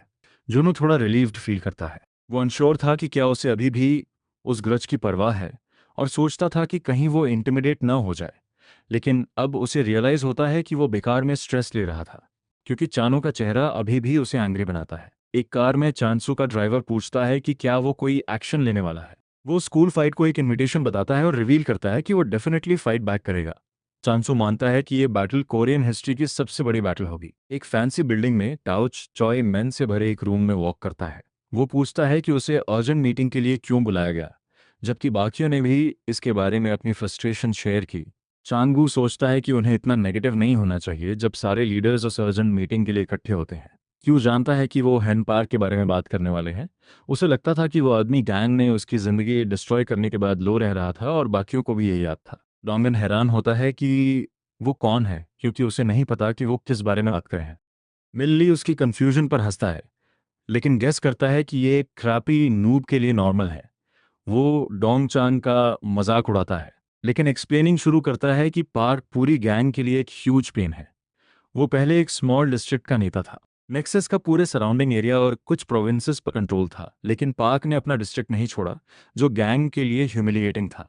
सबसे बड़ा इशू ये था कि पार्क के बारे में जानकर ज़्यादा से ज़्यादा लोग इंस्पायर्ड होते गए, इसलिए नेक्सस को ज़्यादा एनिमीज का सामना करना पड़ा। गैंग ने जो ही उनके रास्ते में खड़ा हुआ उसे डिस्ट्रॉय करने में सब कुछ झोंक दिया, लेकिन ये परफेक्टली नहीं गया। यही वजह है कि वो यहाँ इकट्ठे हैं। वो शेयर करता है कि जो अनप्रेडिक्टेबल था वो हो गया। उन्होंने पार्क के खिलाफ अपनी पूरी ताकत लगाई, लेकिन फिर भी हर बैटल हारे। जल्द ही नेक्सस एक सिंगल आदमी की वजह से टूटने के कगार पर आ गया। डोंगन को यकीन नहीं होता। मिल सकता है कि एक बार जब वो उसे खुद देखेगा तो समझ जाएगा। वो पार्क को लिटरल बीस्ट बुलाता है। डोंगोन हंसना शुरू करता है और सबको विम्प बुला है क्योंकि वो एक सिंगल आदमी से हार गए। लीडर्स एनरेज्ड हो जाते हैं और मिल उसे वार्न करता है कि चुप रहे, वरना उसे उसकी औकात याद दिलाई जाएगी। जियाक उस आदमी को रोकता है और डोंगचन के वर्ड्स को करेक्ट बताता है। ताइसो भी एग्री करता है, लेकिन मानता है कि यह अब पुरानी बात है। उसे लगता है कि वो ओवर रिएक्ट कर रहे हैं, लेकिन चांग जू ऑर्डर करता है कि कॉशियस रहें। वो जानता है कि उनके लिए इसका कोई मतलब नहीं, लेकिन पार्क जैसे किसी के लिए उनकी केयरलेसनेस एक ह्यूज अपॉर्चुनिटी बन सकती है। चांसू फाइनली आता है और सबको ग्रीट करता है। वो अर्जेंट कॉल के लिए माफ़ी मांगता है और बाद में डिनर ट्रीट करने का डिसाइड करता है। शुनु रिवील करता है कि प्रोटैगनिस्ट ने अपना मूव किया, इसलिए डेथ मैच अनअवॉइडेबल है। उसने ऑलरेडी डिसाइड कर लिया था, लेकिन ऐसे मैटर के लिए फेस टू फेस मीटिंग रखना चाहता था। ताइसो उसके डिसीजन से कोई प्रॉब्लम नहीं रखता, लेकिन मानता है कि एक क्रैपी स्कूल की वजह से वॉर की कोई ज़रूरत नहीं। चांसो का एक्सप्रेशन उस आदमी को टेरिफाई करता है, इसलिए वो इंस्टेंटली चुप हो जाता है। वो पूछता है कि क्या वो सच में इसे बड़ा डील बना रहा है, लेकिन इंसू बोल पड़ता है और उसके डिसीजन को करेक्ट बताता है। वो खुद इस मैटर को हैंडल करने को तैयार है। चांसू मुस्कुराता है और पूछता है कि क्या वो श्योर है। वो रिवील करता है कि पैसा अब यूजफुल नहीं होगा, क्योंकि उनके एनिमी के पास इस बार एक स्ट्रांग बैकर है, इसलिए उसे काफ़ी प्रिपरेशन की ज़रूरत होगी। इंसू अपने चेहरे पर स्कार को टच करता है और कोल्डली बताता है कि वो जब से उसे यह स्कार मिला तब से तैयार है। चांसू मुस्कुराना शुरू करता है और उसे हैंडल करने देने का डिसाइड करता है। वो पूछता है कि किसी को कोई ऑब्जेक्शन तो नहीं। सारे लीडर्स उससे एग्री करते हैं। डोंगन एक्साइटेड फील करता है, क्योंकि पार्क ने उन्हें पिछली बार तबाह किया था। चॉन्सू ऑफिशियली इन सी चैप्टर्स के लीडर्स को इसे हैंडल करने का ऑर्डर देता है और मीटिंग खत्म करता है। इंसू मैलिशियसली हंसना शुरू करता है क्योंकि उसे फाइनली अपना बदला लेने का मौका मिला। रात के वक्त बाइकर्स का एक गैंग एक मिस्टीरियस प्लेस पर इकट्ठा होता है। इंसू रिवील करता है कि हेन पार्क को डिस्ट्रॉय करने का उनका मौका फाइनली आ गया है। एक मोटा अगली बाइकर आगे आता है और अपने बॉस से पूछता है कि क्या वो फाइनली उस कमबैक को किल कर सकता है। जुनू पार्क को उसी जले हुए घर में ले जाता है और मानता है कि यह अनफेयर है कि हमारे बॉय को उसके पास्ट के बारे में कुछ नहीं पता। वो कैसे अमीर बना या वो चॉन सू से क्यों नफरत करता है। वो पार्क को अंदर इनवाइट करता है और कहता है कि वो सब शेयर करने को तैयार है। जैसे वो दोनों बैठते हैं, जूनो रिवील करता है कि वो पैसा एक्चुअली इस घर के ओनर का है। वो एक्सप्लेन करता है कि 2 साल पहले क्या हुआ था और अपने चाइल्डहुड फ्रेंड याक का जिक्र करते हुए शुरू करता है, जो जूनू के बेहद करीब था। एक दोस्त जिसे वो अपना फैमिली बुला सकता था। जैसे वो दोनों उसके दोस्त के घर में एक साथ बैठे थे, उस आदमी ने जूनू को दिखाया था कि उसने एक स्टॉक ट्रेडिंग एआई बनाई है, एक एक ऐसा सॉफ्टवेयर जो इंपॉर्टेंट इन्फॉर्मेशन एनालाइज करके रिकवरी प्लान भी जनरेट कर सकता था। जूनू ने सीखा कि वो आउटकम स्टडी करके मार्केट प्रेडिक्ट कर सकता था। वो ह्याक के आइडिया में इंटरेस्टेड था, लेकिन फिर पार्क की नेक्सस से हार ने सब कुछ बदल दिया। गांग उसके डिस्ट्रिक्ट को कंट्रोल करने लगी और चांसू के गूंज ने जूनू को बुली करना शुरू कर दिया। लेकिन वो ऐसा टाइप है जो पेटी स्कम्बैग्स के सामने आसानी से नहीं झुकता, इसलिए उसने सब कुछ लगाकर फाइट की। हाक भी ऐसा ही था, इसलिए दोनों ने फाइट करने में हॉरिबल होने के बावजूद गैंग का सामना किया। जूनू को लगता था कि गैंग थक जाने के बाद उन्हें छोड़ देगी, लेकिन वो कंप्लीटली गलत था, क्योंकि गैंग ने बदले में उसके दोस्त का घर जला दिया। उसने गूंस का इस बारे में कॉन्फ्रंटेशन किया, लेकिन उन्होंने उसके दोस्त को अनलकी बुलाया और स्ट्रेट अप वायलेंस से उसे हमेशा के लिए चुप करा दिया। वो बेबस हो गया और उसके अंदर की आग धीरे धीरे बुझने लगी। उसे जिंदगी में कोई उम्मीद नहीं दिखी और उसने खुद को मार लेने का डिसाइड कर लिया। उसने सोचा कि अपनी एग्जिस्टेंस को दुनिया से मिटा देगा, इसलिए उसने अपने दोस्त के लैपटॉप से शुरुआत की। उसने बस अकाउंट लिक्विडेट करने का डिसाइड किया, लेकिन अकाउंट की प्रोग्रेस देखते ही उसका एक्सप्रेशन इंस्टेंटली बदल गया। उसे पहले तो यकीन नहीं हुआ, लेकिन पैसों ने उसके अंदर कुछ नहीं जगाया, क्योंकि उसे अब कोई परवाह नहीं थी। वो चाहता था कि उसका दोस्त अपनी इन्वेंशन के फल देख सके। जूनू को एक्सट्रीम एंगर फील हुआ, लेकिन इसी ने उसे अपनी जिंदगी खत्म न करने की एक वजह दी। ये उसके दोस्त का पैसा है, इसलिए वो उसे चांसू और उसकी गैंग को डिस्ट्रॉय करने में खर्च करना चाहता है। पार्क हैरान होकर पूछता है कि वो इतना सब क्यों शेयर कर रहा है। जूनू स्ट्रेट फॉरवर्ड हो जाता है और रिवील करता है कि ये बस प्रोटैगनिस्ट को गैसलाइट करने के लिए है, ताकि वो कभी नेक्सस को चेस करना ना छोड़े। उस रात बाद में जूनू चॉय को कॉल करता है और बताता है कि उसने पार्क के साथ अपनी क्रैपी स्टोरी शेयर की। वो इसे फनी मानती है और पूछती है कि क्या वो दोस्त बनाने की कोशिश कर रहा है। जूनू एम्बैरेस्ड होता है और उसे चुप रहने का ऑर्डर देता है। चॉय सीरियस हो जाती है और रिमाइंड करती है कि इस बार इंचान चैप्टर के स्कमबैग्स उसके पीछे पड़े हैं। वो उम्मीद करती है कि वो कॉशियस रहे, क्योंकि उसके एनिमीज लिटरल मसल हेड्स हैं जो ब्रेन नहीं यूज करते। जूनू उसे करेक्ट बताता है जब उसे रियलाइज होता है कि उसकी कार घिरी हुई है। वो जानता है कि यही है क्योंकि ब्रेन वाला कोई रोड के बीच में ऐसी क्रैपी हरकत नहीं करता। बाइकर्स पेंट के बकेट्स फेंकते हैं ताकि कार भाग ना सके। ड्राइवर फ्रस्ट्रेटेड हो जाता है, इसलिए वो जूनू को टाइट होल्ड करने का इंस्ट्रक्शन देता है जब वो किसी तरह एस्केप करने की कोशिश करता है। चॉय का मोशन सुनती है और पूछती है कि क्या हो रहा है। जूनू उस एम्बुश की वजह से सिर लगने से बेहोश हो जाता है। इंसू को चॉय का कॉल आता है और वो अज्यूम करता है कि वो उसकी गर्लफ्रेंड है, इसलिए वो ऑर्डर देता है कि पार्क को इन्फॉर्म करे कि वो JQ डिस्ट्रीब्यूशन सेंटर पर कॉकी एटीट्यूड के साथ उसका इंतजार कर रहा है। वो उसे वॉर्न करने की कोशिश करती है, लेकिन वो क्रैपी आदमी कॉल खत्म करता है और वो रिडिक्यूल्ड होने के बाद फ्रस्ट्रेटेड फील करती है। कहीं और पार्क घर वापस चलता है और जूनू के साथ अपनी कॉन्वर्सेशन याद करता है। वो इसे एग्जैजरेटेड बुलाता है क्योंकि उसका कभी हार मानने का इरादा नहीं था। चोय अपनी बाइक पर पियर होती है और उसे जल्दी से बाइक पर बैठने को कहती है। वो उसे सिचुएशन के बारे में फिल इन करती है। जूनू फाइनली डिस्ट्रीब्यूशन सेंटर पर जागता है और नोटिस करता है कि वो इनान गूंज से घिरा हुआ है। इन का नंबर 2 वो फैट गोरिल्ला नोटिस करता है कि जूनू जाग गया। वो जूनू को फिर से नॉकआउट करने के बारे में सोचता है, लेकिन इंसू उसे रोकता है क्योंकि वो उस आदमी को पार्क के लिए बस बेट के रूप में होल्ड कर रहे हैं। जूनू जानता है कि ये कौन है और जोर से हंसना शुरू करता है। वो उन्हें स्टूपिड बुलाता है कि उन्होंने बिना हेजिटेशन के एक लीडिंग कंपनी के चेयरमैन को स्ट्रेट अप किडनैप कर लिया। वो उनके क्रैपी प्लान की तारीफ करता है और उन्हें हायर करने का मन करता है, लेकिन जूनू इंसू को एडवाइस देता है कि थोड़ी सेल्फ अवेयरनेस रखे। वो उस कमबैक को रिमाइंड करता है कि वो सबसे वीक गूंस हैं और क्लियरली याद करता है कि इंसू पैथेटिकली घुटनों पर झुककर सिर्फ 2 साल पहले पार्क के सामने मर्सी के लिए गिड़गिड़ाया था। जूनू को डाउट है कि वो पार्क के सामने टिक सकते हैं। गोरिल्ला लाकी एंग्री हो जाता है, लेकिन इंसु उसे रोकता है और खुद हैंडल करने के लिए आगे आता है। इंसु मानता है कि जूनो उसके चैप्टर के बारे में थोड़ा जानता है, लेकिन गैस करता है कि उसे नहीं पता कि सिर्फ एक विम्प झुका था, पूरा चैप्टर नहीं। जूनो मुस्कुराता है और उसे अपने ब्रदर के साथ इजी जाने के लिए कहता है, क्योंकि वो इंसु की पैथेटिक एस बचाने के लिए झुका था। गोरिल्ला गून एंग्री हो जाता है और उसे अपनी क्रैब बंद करने की वार्निंग देता है, लेकिन जूनू कॉकी एटीट्यूड के साथ बोलता रहता है। वो पेशेंस खो देता है और जूनो को पंच करने की कोशिश करता है, लेकिन एक लैकी एंटर करके इंसू को इन्फॉर्म करता है कि पार्क आ रहा है। इंसू मलिशियसली मुस्कुराता है और बंजोंग को ऑर्डर देता है कि अपनी एनर्जी रियल थ्रेट के लिए बचाए। जूनो पार्क की टाइमिंग की तारीफ करता है। बेंजोंग जूनो को वॉल पर स्मैक करता है और रेज में एंट्रेंस की तरफ चलना शुरू करता है। जूनो जानता है कि उस लूजर में कोई पेशेंस नहीं है। इंसू पार्क की कोई परवाह नहीं करता और कॉन्फिडेंट रहता है, क्योंकि पुराना नेता झुका था, वो नहीं। वो जूनू को चैलेंज करता है कि बस देखते रहो, क्योंकि गैंग पहले जैसी नहीं रही। चॉय और पार्क को बाइकर्स का एक बंच चेस करता है। वो उन्हें थकाने की कोशिश करती है, लेकिन फ्रस्ट्रेटेड हो जाती है जब वो पीछा करते रहते हैं। पार्क उसे इन्फॉर्म करता है कि वो रुक जाए। वो गर्ल कंफ्यूज होती है, लेकिन पार्क उसे आगे देखने का ऑर्डर देता है। द है। चॉय जल्दी से अपनी बाइक रोकती है जब वो दोनों बोंजंग और उसके गूंस को रास्ता ब्लॉक करते देखते हैं। वो गोरिल्ला प्रोटैगनिस्ट के सामने फेस टू फेस आता है, लेकिन खुद को रोकता है और उन्हें फॉलो करने का ऑर्डर देता है। वो उस आदमी को इंस्टेंटली किल करना चाहता है, लेकिन उसकी गैंग के कुछ रूल्स हैं। पाक गोरिल्ला को फॉलो करता है और डिस्ट्रीब्यूशन सेंटर की तरफ बढ़ता है। चॉय हैरान होती है कि बोंजुम इतना बड़ा क्यों है। वो उस आदमी को टॉन्ट करना शुरू करती है, लेकिन वो कंप्लीटली इग्नोर करता है। वो उसके ह्यूज साइज का मजाक उड़ाती रहती है, इसलिए वो फाइनली पेशेंस खो देता है और उसे चुप रहने का ऑर्डर देता है। उसे अपनी क्यूरियोसिटी कंट्रोल करना मुश्किल लगता है और उम्मीद करती है कि वो उसके एक क्वेश्चन का जवाब दे सके। वो उसे उसके विम्पी नेता के बारे में रिमाइंड करती है, जिसने ग्रोवल्ड किया था और प्रॉमिस किया था कि वो फिर नहीं लड़ेगा। वो चीकली पूछती है कि फिर भी वो पार्क को हंट करने की कोशिश क्यों कर रहे हैं। वो आदमी कंट्रोल खो देता है और उस पर अटैक करने की कोशिश करता है, लेकिन पार्क आगे आता है और उस गर्ल को राइट बताता है। बंजोंग होल्डिंग बैक करना बंद करता है और ऑर्डर्स इग्नोर करके पार्क की एस वूपिंग के लिए आगे बढ़ता है, लेकिन प्रोटैगनिस्ट अनफेज्ड रहता है। बोंजोंग एक अल्ट्रा स्ट्रैपिंग बेबी था जो प्यूबर्टी के बाद ह्यूज हो गया। लोग उसे मैन रे बुलाते हैं, लेकिन अपनी जिंदगी में पहली बार उसे उड़ना पड़ता है जब प्रोटैगनिस्ट उसे एक ही किक से दूर फेंक देता है। फैटी जमीन पर हेड फर्स्ट गिरता है और उसके गूंस हैरान होकर अपना गार्ड अप करते हैं। प्रोटैगनिस्ट कॉन्फिडेंटली चॉय के साथ डिस्ट्रीब्यूशन सेंटर में एंटर करता है।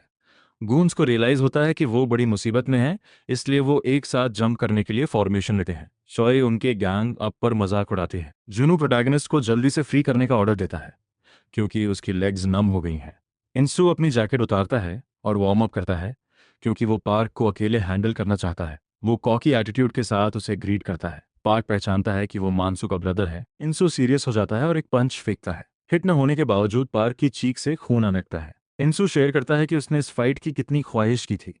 वो एक सेकंड बर्बाद नहीं करता और पंच फेंकता है। पार्क डॉज करने की कोशिश करता है, लेकिन फिर भी हिट हो जाता है, जिससे वो हैरान हो जाता है। इंसू अनाउंस करता है कि आज वो 2 साल पहले उनकी गैंग की डिसऑनर का बदला लेगा। पार्क उसकी बातें इग्नोर करके अटैक करना शुरू करता है, लेकिन उसकी किक्स और पंचेस कनेक्ट नहीं होते।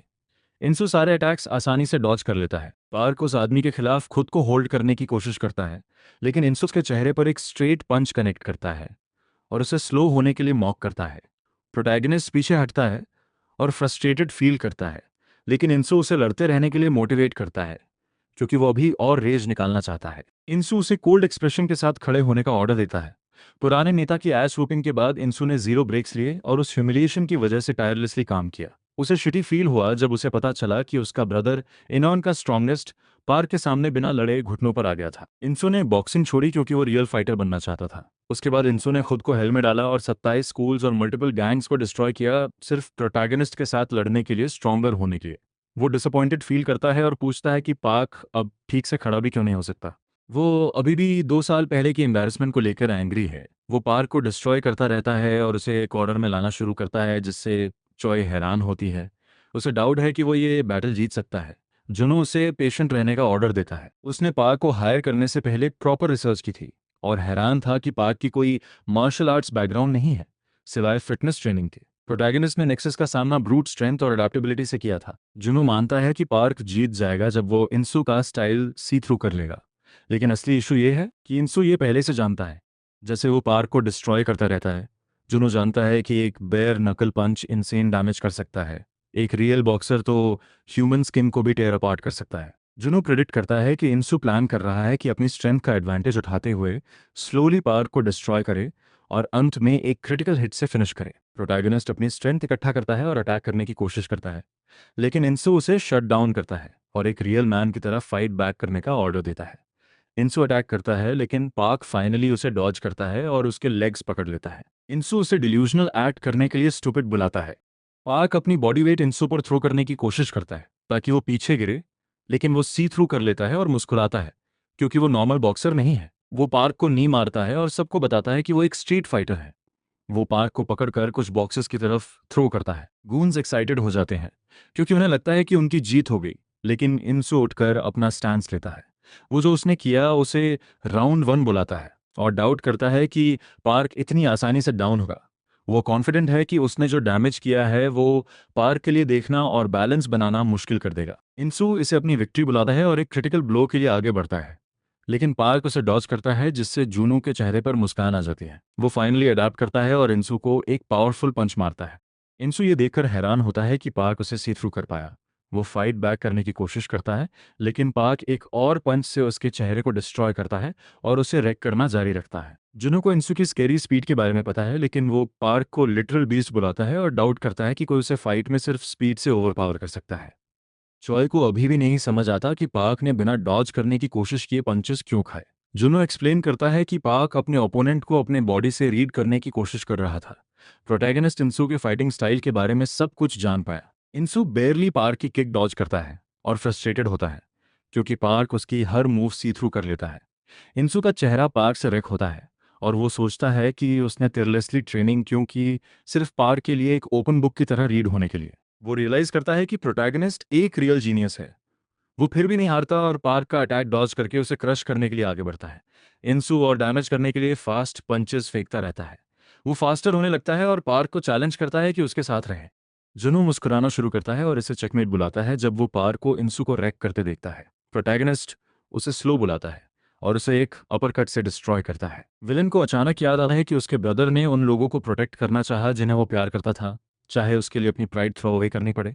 उसका मानना था कि सबसे मिजरेबल आदमी वो होगा जो अपने लव्ड वंस को प्रोटेक्ट करने में फेल हो जाए। पार्क इनू की वूपिंग जारी रखता है, लेकिन वो नहीं हारता और अचानक उसे याद आता है कि उसका ब्रदर पार्क के सामने ग्रोवेल्ड था। उसने इसे बुलशिट बुलाया था और अपने गटलेस ब्रदर को घुटनों पर आने के लिए मॉक किया था। इंसू इंचॉम के नाम पर खुद आगे बढ़ा था, लेकिन रेक हो गया। प्रेजेंट में इंसू डिटरमाइंडली खड़ा रहता है। उसके मैन कंसर्न हो जाते हैं और एक उनसे पूछता है कि बंजोंग कुछ क्यों नहीं कर रहा। इंसू अपना कॉन्शियसनेस खोने लगता है। वो फाइनली समझता है कि उसका ब्रदर क्यों झुका था। वो एक्सेप्ट करता है कि कोई भी आदमी पार्क जैसे बीस्ट के खिलाफ नहीं लड़ सकता। वो टेरिफाइड फील करता है और भागना चाहता है, लेकिन जानता है कि उसके कंधों पर पूरी गैंग की जिम्मेदारी है। बंजोंग और बाकी गूंस पार्क को किल करने के लिए चार्ज करते हैं। गोरिल्ला सबको पार्क को डिस्ट्रॉय करने का ऑर्डर देता है और अश्योर करता है कि वो रिस्पॉन्सिबिलिटी लेने को तैयार है, लेकिन इंसू उन पर चिल्लाता है कि रुको। वो घुटनों पर गिर जाता है और अनाउंस करता है कि पार्क जीत गया। इंसू ने ह्यूमिलिएटेड फील किया था जब, जैसे वो अपना बॉस बुलाता था, वो घुटनों पर आ गया और ग्रोवेल्ड। लेकिन अब वो फाइनली समझता है कि उसके ब्रदर के लिए बिना किसी के साथ के घुटनों पर आना कितना भारी था। वो जानता है कि उसके ब्रदर पर बोझ पार्क नहीं बल्कि उसके अपने मेन थे। बांजाम फ्रस्ट्रेटेड होता है और अपने नेता को उठने का ऑर्डर देता है। वो सब उसे शेमिंग करते हैं और पुअर गाय को खड़े होने का ऑर्डर देते हैं, लेकिन इंसू डिफीट एक्सेप्ट करता है। जुनू आगे आता है और गूंज से उनके स्टूपिड ब्रेन्स यूज करने को कहता है। वो उन्हें बताता है कि इंसू ये उनकी पैथेटिक एसेस प्रोटेक्ट करने के लिए कर रहा है। वो पूछता है कि क्या वो इतने नीचे हैं कि अगर वो पार्क पर गैंग अप करें तो उसे विक्ट्री बुलाएंगे। वो उन्हें फूल्स की एक बंच बुलाता है और बताता है कि रियल मैन तब सक्सीड होते हैं जब वो जो प्यार करते हैं उसे प्रोटेक्ट कर पाते हैं। गूंज खुद पर शर्मिंदा फील करते हैं। जुनू इंसू से ऊपर देखने को कहता है। वो अपनी मुट्ठी पर थूकता है और इंसू को उसे किडनैप करने के लिए हिट करता है। जुनू अच्छा फील करता है और सोचता है कि वो डिजर्व करता है ग्रैटिट्यूड के लिए कि उसने उन्हें डायरेक्टली जेल नहीं भेजा। वो इसे इवन बुलाता है और उनकी गैंग के उस डेट का जिक्र करता है जो नेक्सस को देनी है।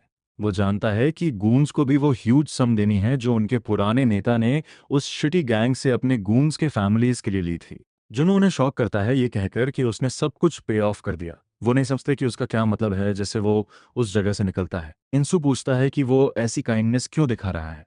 जिन्हों एक सेल्फिश रीजन शेयर करता है लेकिन रिमाइंड करता है कि यह फ्री नहीं है। वो उनसे कहता है कि अपने फ़ोन्स चेक करें एक मैसेज के लिए, और शेयर करता है कि उसने उनकी पूरी ट्यूशन पे कर दी। इसलिए वो उम्मीद करता है कि वो जितनी हार्ड स्टडी करें उतनी करें और समडे इसे वापस पे करने के लिए हार्ड काम करें। वो अवेयर है कि वो उस डेट को पे करने की कोशिश कर रहे थे, ऑनेस्ट जॉब से कमाए पैसों से। जुनू जानता है कि वो अपनी पूरी पार लगा रहे थे। वो रिवील करता है कि वो ये सिर्फ इसलिए कर रहा है क्योंकि इंसू में जो ग्रिट है, सारी हार्डशिप्स के बावजूद। चॉय उसे इतना नाइस होने के लिए मॉक करती है। वो एम्बेरस्ड होता है और उसे चुप रहने का ऑर्डर देता है। इंसू झुकता है और अपनी ग्रैटिट्यूड शो करता है। वो प्रॉमिस करता है कि वो समडे हर एक पेनी वापस करेगा। जूनू उसे क्रैब बंद करने का ऑर्डर देता है और निकलना शुरू करता है। इंसू अपने मेन से माफी मांगता है और फिर से झुककर उन्हें बो डाउन करता है क्योंकि उसने उनका ऑनर एक बार फिर खराब किया। वो डिटर्मिनली अनाउंस करता है कि ऐसी ह्यूमिलिएशन अब नहीं होगी और आज से उनका नेक्सस से कोई लेना देना नहीं है। वो पूछता है कि क्या वो एक बेटर फ्यूचर के लिए उसके साथ हैं। गैंग जोर से कहती है कि वो है। अगले दिन जुनू अपनी टीम की तारीफ करता है कि वो इंसान को डील करने में एबल रहे। पार्क हैरान होता है कि चॉय को क्या हो गया है। उसे जुनू से 4 करोड़ रिसीव होते हैं और वो हंसने लगती है क्योंकि अमेजिंग फील होता है। वो गर्ल उम्मीद करती है कि वो हर दिन किडनैप होता रहे। जिन्हों इंसल्टेड फील करता है, लेकिन वो माफी मांगती है और शेयर करती है कि वो अपनी खुशी कंट्रोल नहीं कर सकती। चॉय नोटिस करती है कि प्रोटैगनिस्ट के बड़े शोल्डर्स हैं। उसे लगता है कि वो एक बेटर आउटफिट में अमेजिंग लगेगा और पूछती है कि क्या वो इस वीकेंड फ्री है, एक चीकी स्माइल के साथ। चॉय पार्क को मॉल में उसके साथ शॉपिंग पर चलने की रिक्वेस्ट करती है। चॉय हंसती है जब वो प्रोटैगनिस्ट को एक स्टूपिड आउटफिट पहनने पर फोर्स करती है। उसके एंग्री एक्सप्रेशंस देखकर वो डिसाइड करती है कि उसे कुछ और ट्राई करना चाहिए।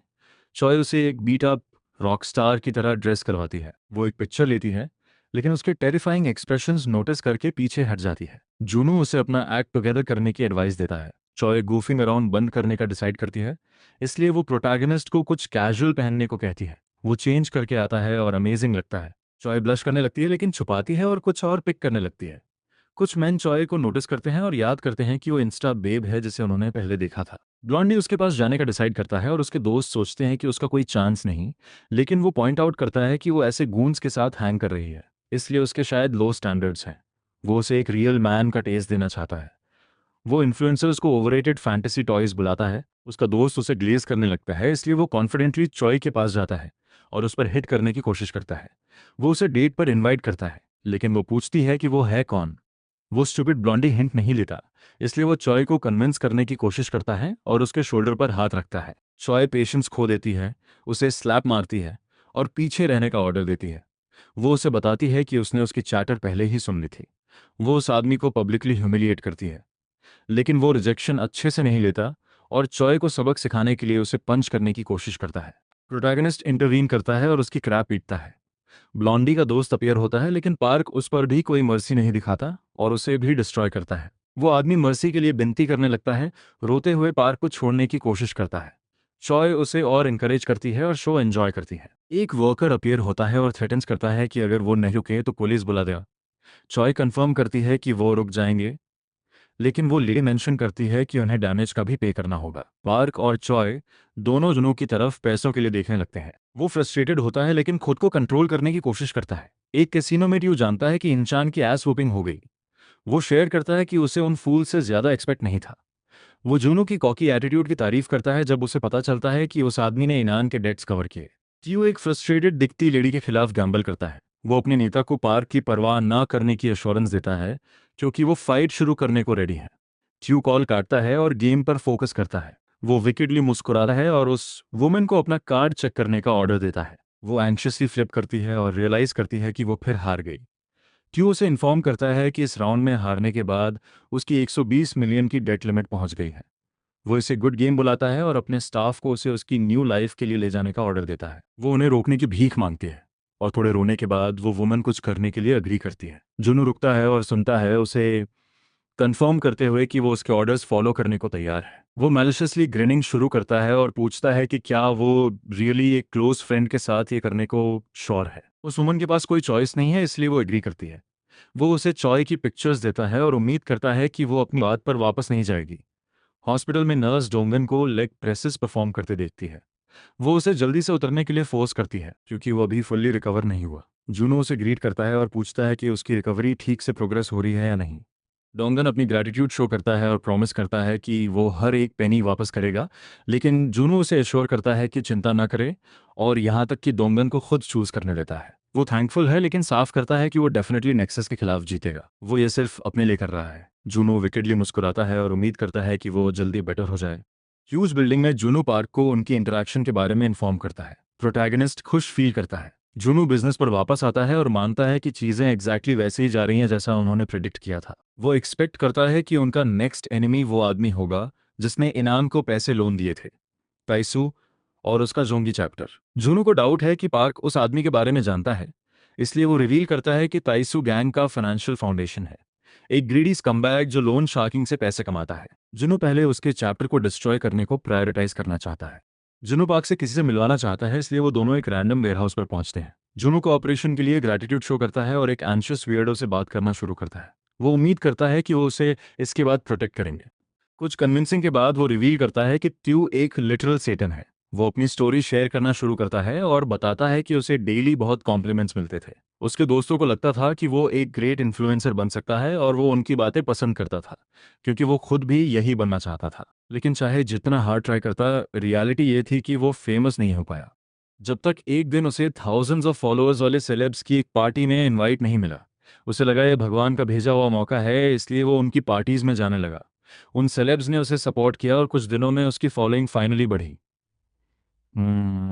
उसे अमेजिंग फील होने लगा, लेकिन ये टेम्पररी था, क्योंकि उसके न्यू सेलिब्रिटी फ्रेंड्स ने अपने असली चेहरे दिखाने शुरू कर दिए। उसे उनके साथ कैसीनो में घसीटा गया और उसकी वार्निंग्स के बावजूद वो गैम्बलिंग करते रहे। जल्द ही उसे गैंग से भी किकआउट कर दिया गया। उसके फॉलोअर्स ड्रॉप होने ज़्यादा वक्त नहीं लगा, और चाहे जो भी ट्राई करे, वो उन्हें रीगेन नहीं कर सका। वो डेस्परेट हो गया और अपने फॉलोअर्स रिकवर करने के लिए अपने सेलिब्रिटी गैंग के पास वापस जाने की कोशिश करने लगा। उसने भी गैम्बलिंग शुरू की और इंस्टेंटली एडिक्टेड हो गया। सब कुछ खो दिया। वो जानता था कि अगर उसने इसे वापस नहीं कमाया तो वो डन फॉर है। तभी उसकी ट्यू चॉय से मुलाकात हुई। उस आदमी ने उसे एक ह्यूज लोन दिया और उसने बिना सोचे ले लिया, क्योंकि वो कंप्लीट इडियट था। अब वो उसे पे बैक करने की कोशिश में फंसा है। जो बात उसे एंग्री करती है वो ये है कि टाओ ही वो पर्सन है जिसने उसे ऐसी शिटी एडिक्शन में फोर्स किया। वो अवेयर है कि ये उसकी फॉल्ट है, यही वजह है कि वो पागल हो रहा है। वो अपने पास्ट एक्शंस पर रिग्रेट करता है। जुनू सीरियस फेस के साथ उठता है और उस आदमी को अश्योर करता है कि यह उसकी फॉल्ट नहीं है। उसे उन स्कम्बैग्स ने उसके ड्रीम्स की वजह से यूज़ किया। जुनू प्रॉमिस करता है कि वो जल्द ही ट्यू को डिस्ट्रॉय करने वाले हैं।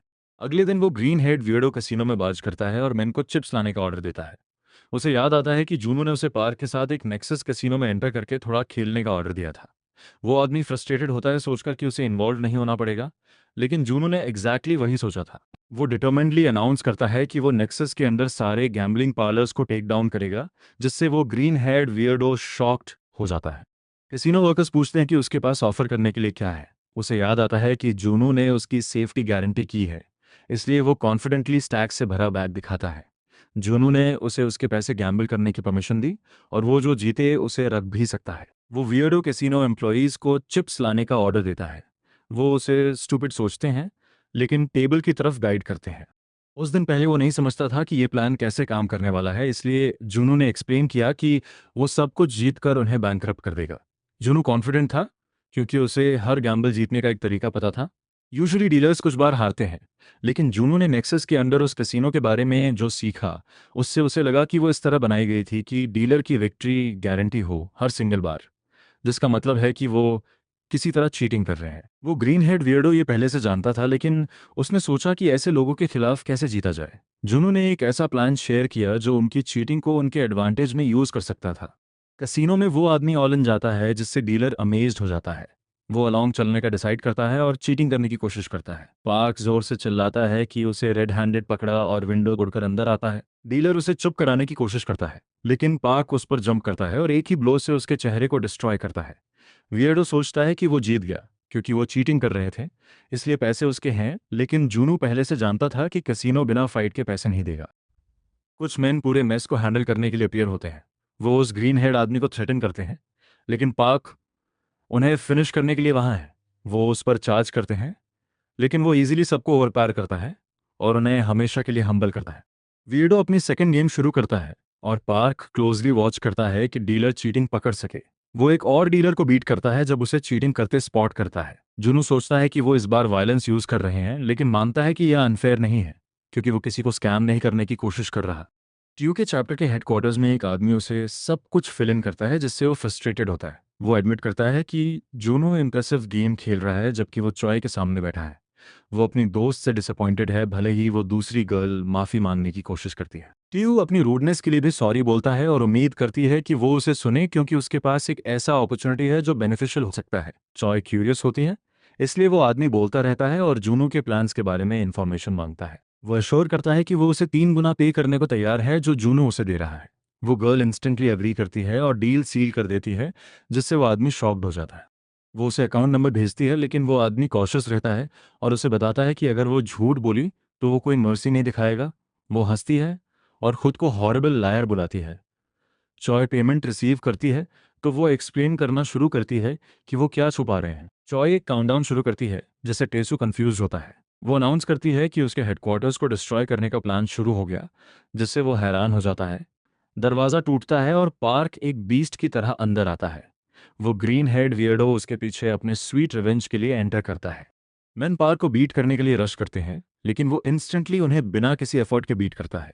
ट्यू बेबस फील करने लगता है और रियलाइज करता है कि उसका कोई भी प्लान उसे ऐसे बीस्ट के खिलाफ जीतने में हेल्प नहीं कर सकता। ट्यू के टॉप मैन उससे पूछते हैं कि क्या किलिंग अलाउड है।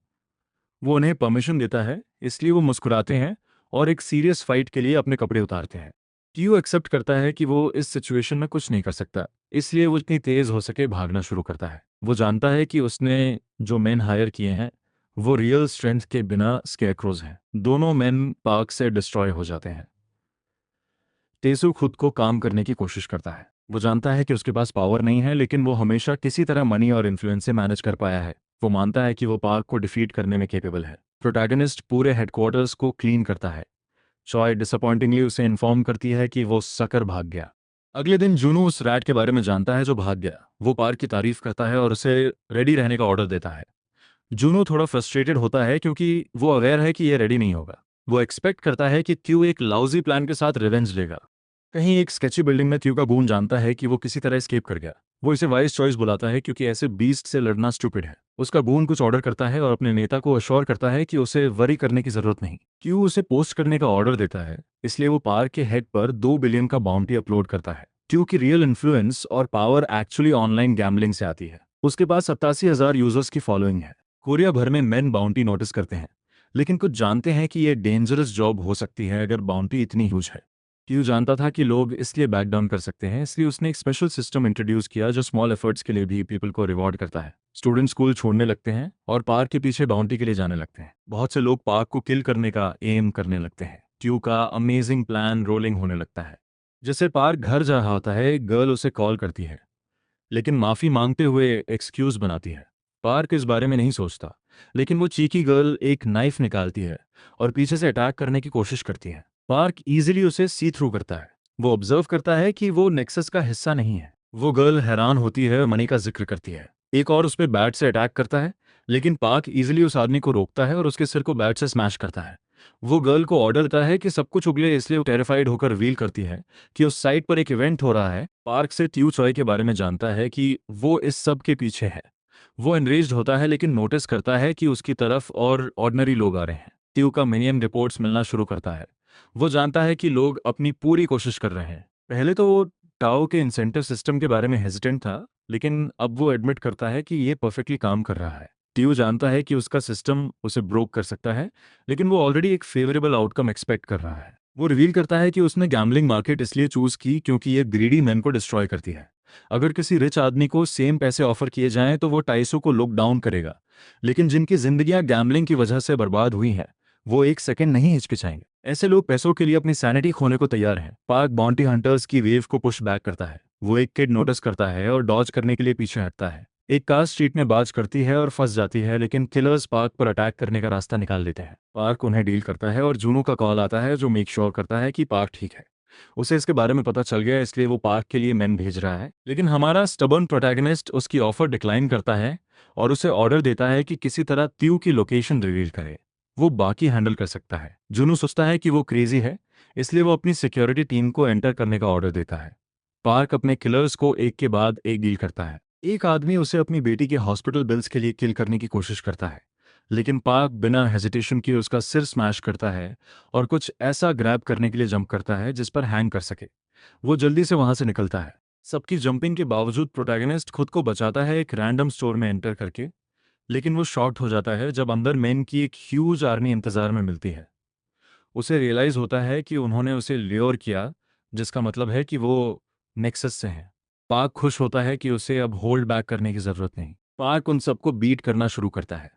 चाहे कितने भी आगे आएं, वो प्रोटैगनिस्ट अनस्टॉपेबल रहता है। वो एक आदमी को डिस्ट्रॉय करता है जिससे बाकी गूंस शॉक्ड होते हैं। पार्क अपना गार्ड रखता है और जूनू का कॉल आता है जो उस कमबैक की लोकेशन रिवील करता है। वो डिसाइड करता है कि क्विकली उस जगह को क्लीन करे ताकि ट्यूब को चेज कर सके, लेकिन उसके आसपास के मेन टेरिफाइड होते हैं और बैक डाउन करते हैं। ट्यू सब कुछ एक कैमरा के जरिए देखता है। वो मुस्कुराना शुरू करता है क्योंकि वो अज्यूम करता है कि उसने पार्क को कॉर्नर कर लिया, क्योंकि हमारे बॉय ने सिर्फ उसके गूंस का एक फ्रैक्शन वाइप आउट किया है। एक और गैंग पार्क का सामना करने के लिए शॉप होती है। ट्यू का लैकी सजेस्ट करता है कि वो जूनू को भी डील कर लें। ट्यू उसके इविल माइंड की तारीफ करता है और इंस्टेंटली उसे प्रमोट करता है। वो गून जूनू की कैमरा को हैक करने की कोशिश करता है, लेकिन जैसे ही वो एक्शन लेता है जूनू उसकी सारी स्क्रीन्स पर अपीयर होने लगता है। ट्यू अज्यूम करता है कि यह उसके गून के प्लान का हिस्सा है, लेकिन वो पैथेटिक स्कम्बैग उसे बताता है कि वो टोटली कुक्ड है। ट्यू कंफ्यूज्ड होता है, इसलिए जूनू क्लैरिफाई करता है कि यह एक ट्रैप था। वो मेनेसिंगली हंसता है, जिससे नेता टेरिफाइड हो जाता है। उसका गून बेस्ट कोशिश करता है, लेकिन ब्रॉडकास्ट बंद नहीं होता, क्योंकि जूनू और उसके मैन पहले ही उसकी क्रैपी सिक्योरिटी हैक कर चुके हैं। जूनू उनके प्लान को कंप्लीट फेलियर बुलाता है और शेयर करता है कि वो बस उन्हें एक लेसन दे रहा है। वो पार्क पर बाउंटी चेंज करता है और ट्यू को टारगेट बना देता है। वो टेरिफाइड हो जाता है, लेकिन जुनू नहीं रुकता और ईविल स्माइल के साथ उसे एंजॉय करने को कहता है। नेक्सस गूंस नोटिफिकेशन मिलती है। वो रियलाइज करते हैं कि वो हार गए हैं, इसलिए पूरा गैंग क्विकली रिट्रीट करता है। ताइसु बेबस हो जाता है और जैसे ही वो अचानक दरवाजे पर नॉक सुनता है, वो अपने क्रैपी लाकी को ऑर्डर देता है कि सेफ से पैसे निकाले, क्योंकि वो दोनों थोड़ी देर के लिए अंडरग्राउंड जाने वाले हैं। मैन ट्यू का पीछा करने लगते हैं, लेकिन वो कूल हेड रखता है और पैसों से ज़्यादा अपनी जान को प्रायोरिटी देता है। वो कॉन्फिडेंट है कि बाद में एक नई गैम्बलिंग वेबसाइट बनाना मुश्किल नहीं होगा, इसलिए वो जी गया तो अपनी वेल्थ मेंटेन कर सकता है। अचानक ट्यू देखता है कि उसका गून कंप्लीटली रैक हो गया। वो ट्यू पर गिरता है और उसे रोकता है। नेता टेरिफाइड हो जाता है जब उसे नोटिस होता है कि पार्क ने उसे कैच अप किया। प्रोटैगनिस्ट स्कैरी एक्सप्रेशन के साथ पूछता है कि वो इतनी जल्दी में क्यों है। वो पैथेटिक आदमी रियलाइज करता है कि उसका पूरा बदन फियर से कांप रहा है। ट्यूब ब्लफिंग करने की कोशिश करता है और अपने क्रैपी एक्सक्यूजेस से प्रोटैगनिस्ट को पीछे रहने की वार्निंग देता है, लेकिन पार्क उसके चेहरे पर एक किक मारता है। वो ये अपॉर्चुनिटी जाने नहीं देता और ताइसु को सबक सिखाने की कोशिश करता है, लेकिन वो रैट डॉज करता है और भागता है। पार्क उसे इजीली नहीं जाने देता। ट्यू उसे फिर वार्न करता है। वो पार्क को याद दिलाता है कि पिछली बार क्या हुआ था और पैथेटिकली कन्विंस करने की कोशिश करता है, लेकिन पार्क उसके चेहरे को स्मैश करता रहता है। वो मनी यूज करने की कोशिश करता है, लेकिन पार्क जरा भी होल्ड बैक नहीं करता। ट्यू बिलियंस ऑफर करता है, लेकिन पार्क उसके चेहरे को स्टॉम्प करता है और उसे रेक करता है। वो पैथेटिक स्कम्बैग रेंगते हुए पार्क के साथ रीजन करने की कोशिश करता है। वो जो पैसे हैं वो सब पार्क पर फेंक देता है, लेकिन रियलाइज करता है कि कोई फायदा नहीं, क्योंकि पार्क एक एनिमल की तरह बिहेव कर रहा है।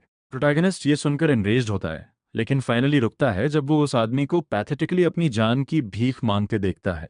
पार्क चाहता है कि वो उस कमबैक को सबक सिखाए, लेकिन वो गैम्बलिंग एडिक्ट्स को यहाँ से हैंडल करने के लिए पीछे हट जाता है। मेन की एक ह्यूज वेव 2 बिलियन की उम्मीद में ट्यू की तरफ चार्ज करती है।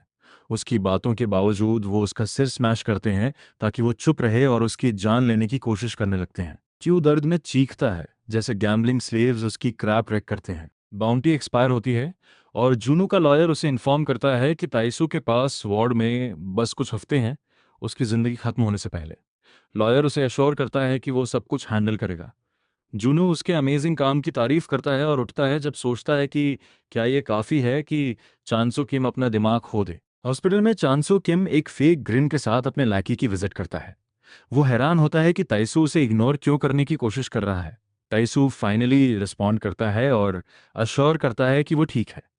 वो टेरिफाइंग आदमी मनी का जिक्र करता है जो ताइसू को स्केयर करता है। चांसो उसका हाथ स्क्वीज करता है। वो दर्द में चीखता है, लेकिन चांसो उसे एश्योर करता है कि वरी ना करे, क्योंकि उसे लगता है कि ताइसू हार नहीं मानेगा। वो ताइसू को ऑर्डर करता है कि अपनी गलती ठीक करे। नर्स डोंग यान को उसकी रिकवरी पर कॉन्ग्रेचुलेशंस देती है और उम्मीद करती है कि वो किसी से नहीं लड़ेगा। वो ग्रिन करता है और कहता है कि सोचेगा। जैसे वो हॉस्पिटल से निकलता है, वो कुछ नेक्सस लैकीज को एक क्राई बेबी को बुली करते देखता है।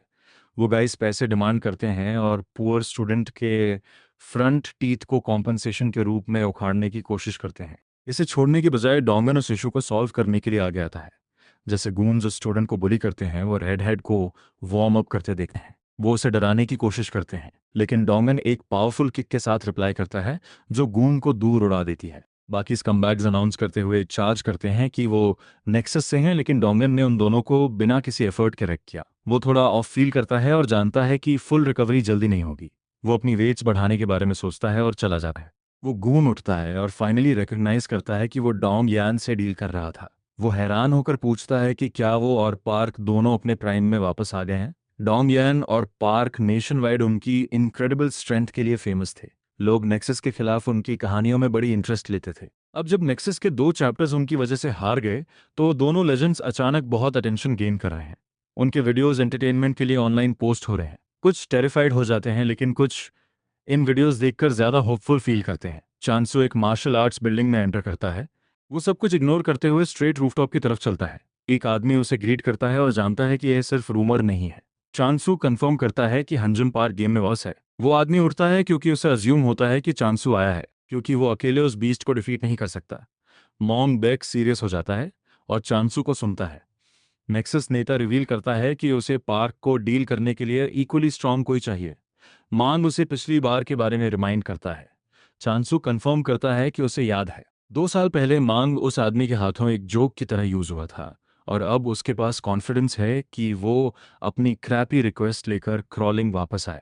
चांसू एक क्रैपी एक्सक्यूज बनाता है और उस आदमी को एश्योर करता है कि वो रिवॉर्ड मिलेगा। चांसू उसे जो चाहे ऑफर करता है। मांग ये सुनकर अपना बाइसेप फ्लेक्स करता है, लेकिन अचानक सीरियस हो जाता है और पूछता है कि क्या चांसू उसके लिए अपना थ्रोन सैक्रिफाइस करने को तैयार है। दोनों एक सेकंड के लिए साइलेंट हो जाते हैं। चांसू टेरिफाइंग एक्सप्रेशन के साथ पूछता है कि क्या मुनांग नेक्सस हैंडल कर सकता है। मसल हेड रियलाइज करता है कि उसके नेता में अभी भी वो स्कैरी ऑरा है, सारी गेमिंग क्रैप के बावजूद। वो अपने वर्ड्स वापस लेता है, ये जानते हुए कि ये रिक्वेस्ट नहीं बल्कि एक ऑर्डर है, इसलिए वो चांसू को अश्योर करता है कि वो क्विकली एक्शन लेगा। मांग कॉन्फिडेंट है कि वो पार्क को पिछली बार की तरह फिनिश कर सकता है, इसलिए वो चांसू को बताता है कि वो बाद में एक सेटिस्फाइंग रिवॉर्ड एक्सपेक्ट करता है। उस रात मनांग उस इंटरेक्शन को याद करता है और मानता है कि चांसू उस पर एक बिट भी ट्रस्ट नहीं करता। वो आदमी प्रिडिक्ट करता है कि उसका कैप्टन दोनों को एक साथ डिस्ट्रॉय करने का प्लान कर रहा है। मॉन्ग का गून एक डिसीजन लेना मुश्किल फाइंड करता है जब उसे बैड फीलिंग आने लगती है। मॉन्ग हैरान होता है कि वो क्या कर रहा है और अपने मैन को ऑर्डर देता है कि उस पैथेटिक आदमी को किल करे अगर वो कुछ रिवील नहीं कर रहा। लेकिन उसका लेफ्ट हैंड मैन जोंग को उसके बारे में फीलिंग है। वो विक्टिम का चेहरा हेट करता है और उसे जो चाहिए वो सब सीख चुका है, लेकिन फिर भी वियर्ड फील होता है। मॉन्ग उसे काम फिनिश करने का ऑर्डर देता है और अपने right hand man Jong Yong Lee को सुनता है, जो जानना चाहता है कि वो पहले की इंटरेक्शन कैसी रही। वो अज्यूम करता है कि चांसू पार्क के पीछे है, इसलिए वो पूछता है कि क्या उसे अपने बॉयज को बताना चाहिए। मैंग अचानक मुस्कुराता है अपने मैन का कॉन्फिडेंस देखकर। वो रियलाइज करता है कि वो बेकार में डर रहा था, और जब उसे फाइनली अपने पुराने होमी से मिलने का मौका मिल रहा है तो वो कॉन्फिडेंट हो जाता है, लेकिन जानता है कि पार्क इजीली नहीं गिरेगा। जब जॉन्ग यंग अपने मेन को एक गुड शो देते हुए उस विक्टिम को किल करता है, तो वो अनाउंस करता है कि पार्क के साथ काम खत्म होते ही वो चांसू के पीछे जाएगा। जूनू के ऑफिस में चॉय खुद को फिल्म करते हुए लॉन की रिकवरी पर कॉन्ग्रेचुलेशंस देती है। जुनू माद होता है और उसे बुल क्रैप बंद करने का ऑर्डर देता है। वो इसे डिस्चार्ज पार्टी बुलाती है, लेकिन वो बिजनेस की बात करने लगता है। चॉय एक स्टूपिड टैंट्रम थ्रो करती है जिससे जुनू और अनॉयड होता है। वो सोचता था कि उनका ओनली ऑब्जेक्टिव रिवेंज है, लेकिन वो उसे इसके लिए शेम करना शुरू कर देती है। डोंगन सब कुछ ऑब्जर्व करता है और हैरान होता है कि पार्क ऐसे फूल्स के साथ क्यों हैंग करता है। प्रोटैगनिस्ट जवाब देता है कि क्योंकि उनका कॉमन एनिमी है। जूनू को अचानक एक कॉल आती है और उसे पता चलता है कि इनान को रेक किया गया। इंसू अपने गोरिल्ला फ्रेंड को चेकअप करने जाता है और फ्रस्ट्रेटेड हो जाता है जब बंजन की शिटी कंडीशन देखता है। जूनू उसे काम करने की कोशिश करता है और पूछता है कि क्या हुआ। इंसू मानता है कि उन्हें इससे बाहर रहना चाहिए, लेकिन वो अपने गोरिल्ला होमी का बदला लेने पर डिटरमाइंड हो जाता है। जैसे वो जाता है, बॉन्जिंग बोलना शुरू करता है और पार्क से हेल्प मांगता है। वो जस्ट अस्लीप एक्ट कर रहा था ताकि इंसू को लड़ने से रोके, क्योंकि वो जानता है कि उसका क्रैकहेड दोस्त बिना सोचे जंप इन करेगा। जुनू जानता है कि नेक्सस इसके पीछे है, लेकिन वो सोचता है कि एग्जैक्टली किसने किया। बनजोंग रिवील करता है कि मुनांग इसके पीछे है। डोंगयान उसके लेग पर ब्रूज पहचानता है और कंफर्म करता है कि ये उसी आदमी का काम है जिसने पिछली बार उसका नी डिस्ट्रॉय किया था। चोनू किसी से मिलता है और सपोर्ट के लिए शुक्रिया अदा करता है। वो उस आदमी को उनकी सक्सेस का क्रेडिट देता है और मानता है कि वो अब अपना प्लान प्रोसीड कर सकता है। वो कंफर्म करता है कि पूरे देश के सारे हाई स्कूलर्स जल्द ही उसकी कंपनी का बनाया गेम खेलेंगे, जब तक उसका गेम टॉप पर नहीं पहुंच जाता। चांसो शेयर प्राइसेस को ह्यूज मार्जिन से बढ़ाने का एम कर रहा है। दूसरा आदमी अभी भी उस पर डाउट करता है, लेकिन चांसू कॉन्फिडेंटली कंफर्म करता है कि वो इसे पॉसिबल बनाएगा। वो मैन चांसू के प्लान पर ट्रस्ट करने का डिसाइड करता है। एलिवेटर में एक आदमी जिसकी आइडेंटिटी कंप्लीटली हिडन है मानता है कि गेम्स इतनी ग्रेट नहीं है, लेकिन उसने ऑलरेडी एक्शन ले लिया है। चांसू मुस्कुराता है और उसे एक ट्रस्टवर्दी लैकी बुलाता है। वो मिस्टीरियस मैन, जिसे लायन किंग कहते हैं, बुल क्रैप स्किप करता है और पार्क के बारे में पूछना शुरू करता है। उसे लगता है कि मुनांग का यूज़ करके काउंटर अटैक करना थोड़ा स्टूपिड है, क्योंकि वो बहुत ज़्यादा प्रॉब्लम्स क्रिएट कर सकता है। चांसो उसे एक वियर्ड एग्जाम्पल देता है और बस ऑर्डर करता है कि वो बैठकर उन्हें लड़ते देखे। लायन किम एग्जाम्पल समझ जाता है और चला जाता है। जिम में डोंग यान पूरी स्ट्रेंथ के साथ हैवी वेट स्क्वाट करता है। चॉय रियल वर्कआउट्स इग्नोर करके सिर्फ पिक्चर्स लेने पर फोकस करती है। वो सजेस्ट करती है कि उन्हें टुगेदर एक वीडियो बनाना चाहिए। डोंग यान सी थ्रू करता है और चीकी एक्सप्रेशन के साथ पूछता है कि क्या बात है। चॉय मॉन्ग का जिक्र करना शुरू करती है और डोंगन से रिक्वेस्ट करती है कि वो रिवील करे कि पास्ट में क्या हुआ था। वो उस आदमी को कंप्लीट जीनियस बुलाता है और एक्सप्लेन करता है कि उसने अपनी जिंदगी में सिर्फ 3 ऐसे देखे हैं।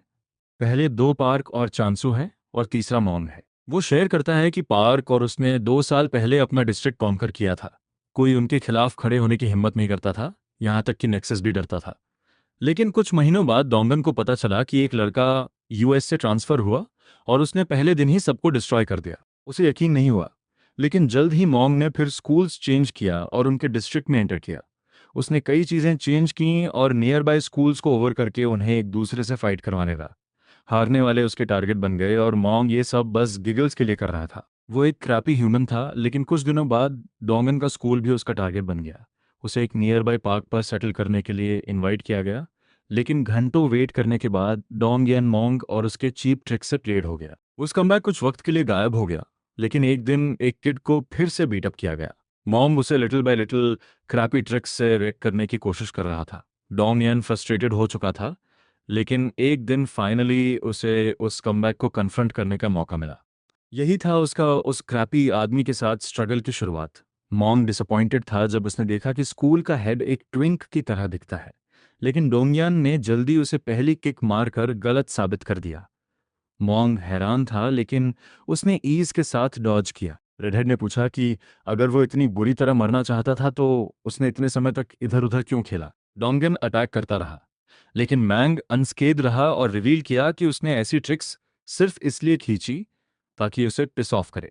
वो फाइनली फाइट बैक किया और सिर्फ एक पंच से उसने डोंग यान की रिब्स लगभग तोड़ दी। रेडहेड और ज़्यादा पिस्ड ऑफ हो गया, लेकिन इससे कोई फ़ायदा नहीं हुआ क्योंकि उसे एक और पावरफुल पंच लगी। उसने रियलाइज़ किया कि मैंग प्रोटैगनिस्ट जितना स्ट्रांग था। अगर पार्क एक बीस्ट था तो वो स्कम्बैग एक वाइपर था जो अपने एनिमीज के दिमाग में घुसकर फाइट में उन्हें क्रश करता था। जैसे चीज़ें आगे बढ़ी, डोंगन बेबस फील करने लगा और डाउट करने लगा कि वो अपना वेंजेंस ले सकता है जैसे उसे बीट अप किया जा रहा था। लेकिन वो काम रहा और अपना दिमाग ठीक करने की कोशिश की। रेडहेड ने उस वाइपर को रोका और लेग लॉक से ग्रैब किया। उसने मांग का चेहरा एक हेड स्मैश से डिस्ट्रॉय किया और फाइनली खुद को फ्री किया। उसने एडमिट किया कि वो मांग को हल्के में ले रहा था, लेकिन अब पेन की वजह से जाग गया है। मांग ने भी सीरियस होने का डिसाइड किया और जैसे फाइट कंटिन्यू हुई, दोनों ने एक दूसरे को डिस्ट्रॉय किया और एक साथ नॉकआउट हो गए। उनके आसपास के गूंस शॉक्ड थे, लेकिन वो दोनों अनयील्डिंग बीस्ट्स इसे सेटल करने के लिए वापस उठे। अचानक उन सब ने पुलिस सायरन सुनी, इसलिए सब अपनी जान बचाने के लिए भागे। मुनांग ने एडमिट किया कि डोंगन कोई ऑर्डिनरी फाइटर नहीं था। उसने उम्मीद की कि किसी और वक्त उनका बिजनेस सेटल हो और डोंगन को वार्न किया कि तैयार रहे क्योंकि वो जल्द ही क्रश होने वाला है। कुछ दिनों बाद पार्क को सब कुछ पता चला और उसने पूछा कि क्या डोंगन चाहता है कि वो उस आदमी को सबक सिखाए। रेडहेड जानता था कि पार्क इवेंचुअली उस कमबैक का सामना करेगा, लेकिन उसने पार्क को ऑर्डर दिया कि अगर ऐसा हो तो दूर रहे, क्योंकि वो उस आदमी के साथ अपना स्कोर खुद सेटल करना चाहता था। रात में एक ब्रिज के नीचे जांग को लगा कि यह इम्पॉसिबल था, क्योंकि मुनांग को उस वीक वाले ने एस वूपिंग दे दी। वो परसिस्टेंट आदमी उसकी नेगेटिव बातों को इग्नोर करता है और किसी तरह ये पॉसिबल करने का डिसाइड करता है। उसने अपने मैन को ऑर्डर दिया कि उनके अंडर स्कूल्स का इस्तेमाल करके 100 ऐसे मैन इकट्ठे करे जो वेल मूव कर सकें। मैन को डाउट था कि दो बीस्ट्स 100 मैन के खिलाफ फाइट जीत सकते हैं।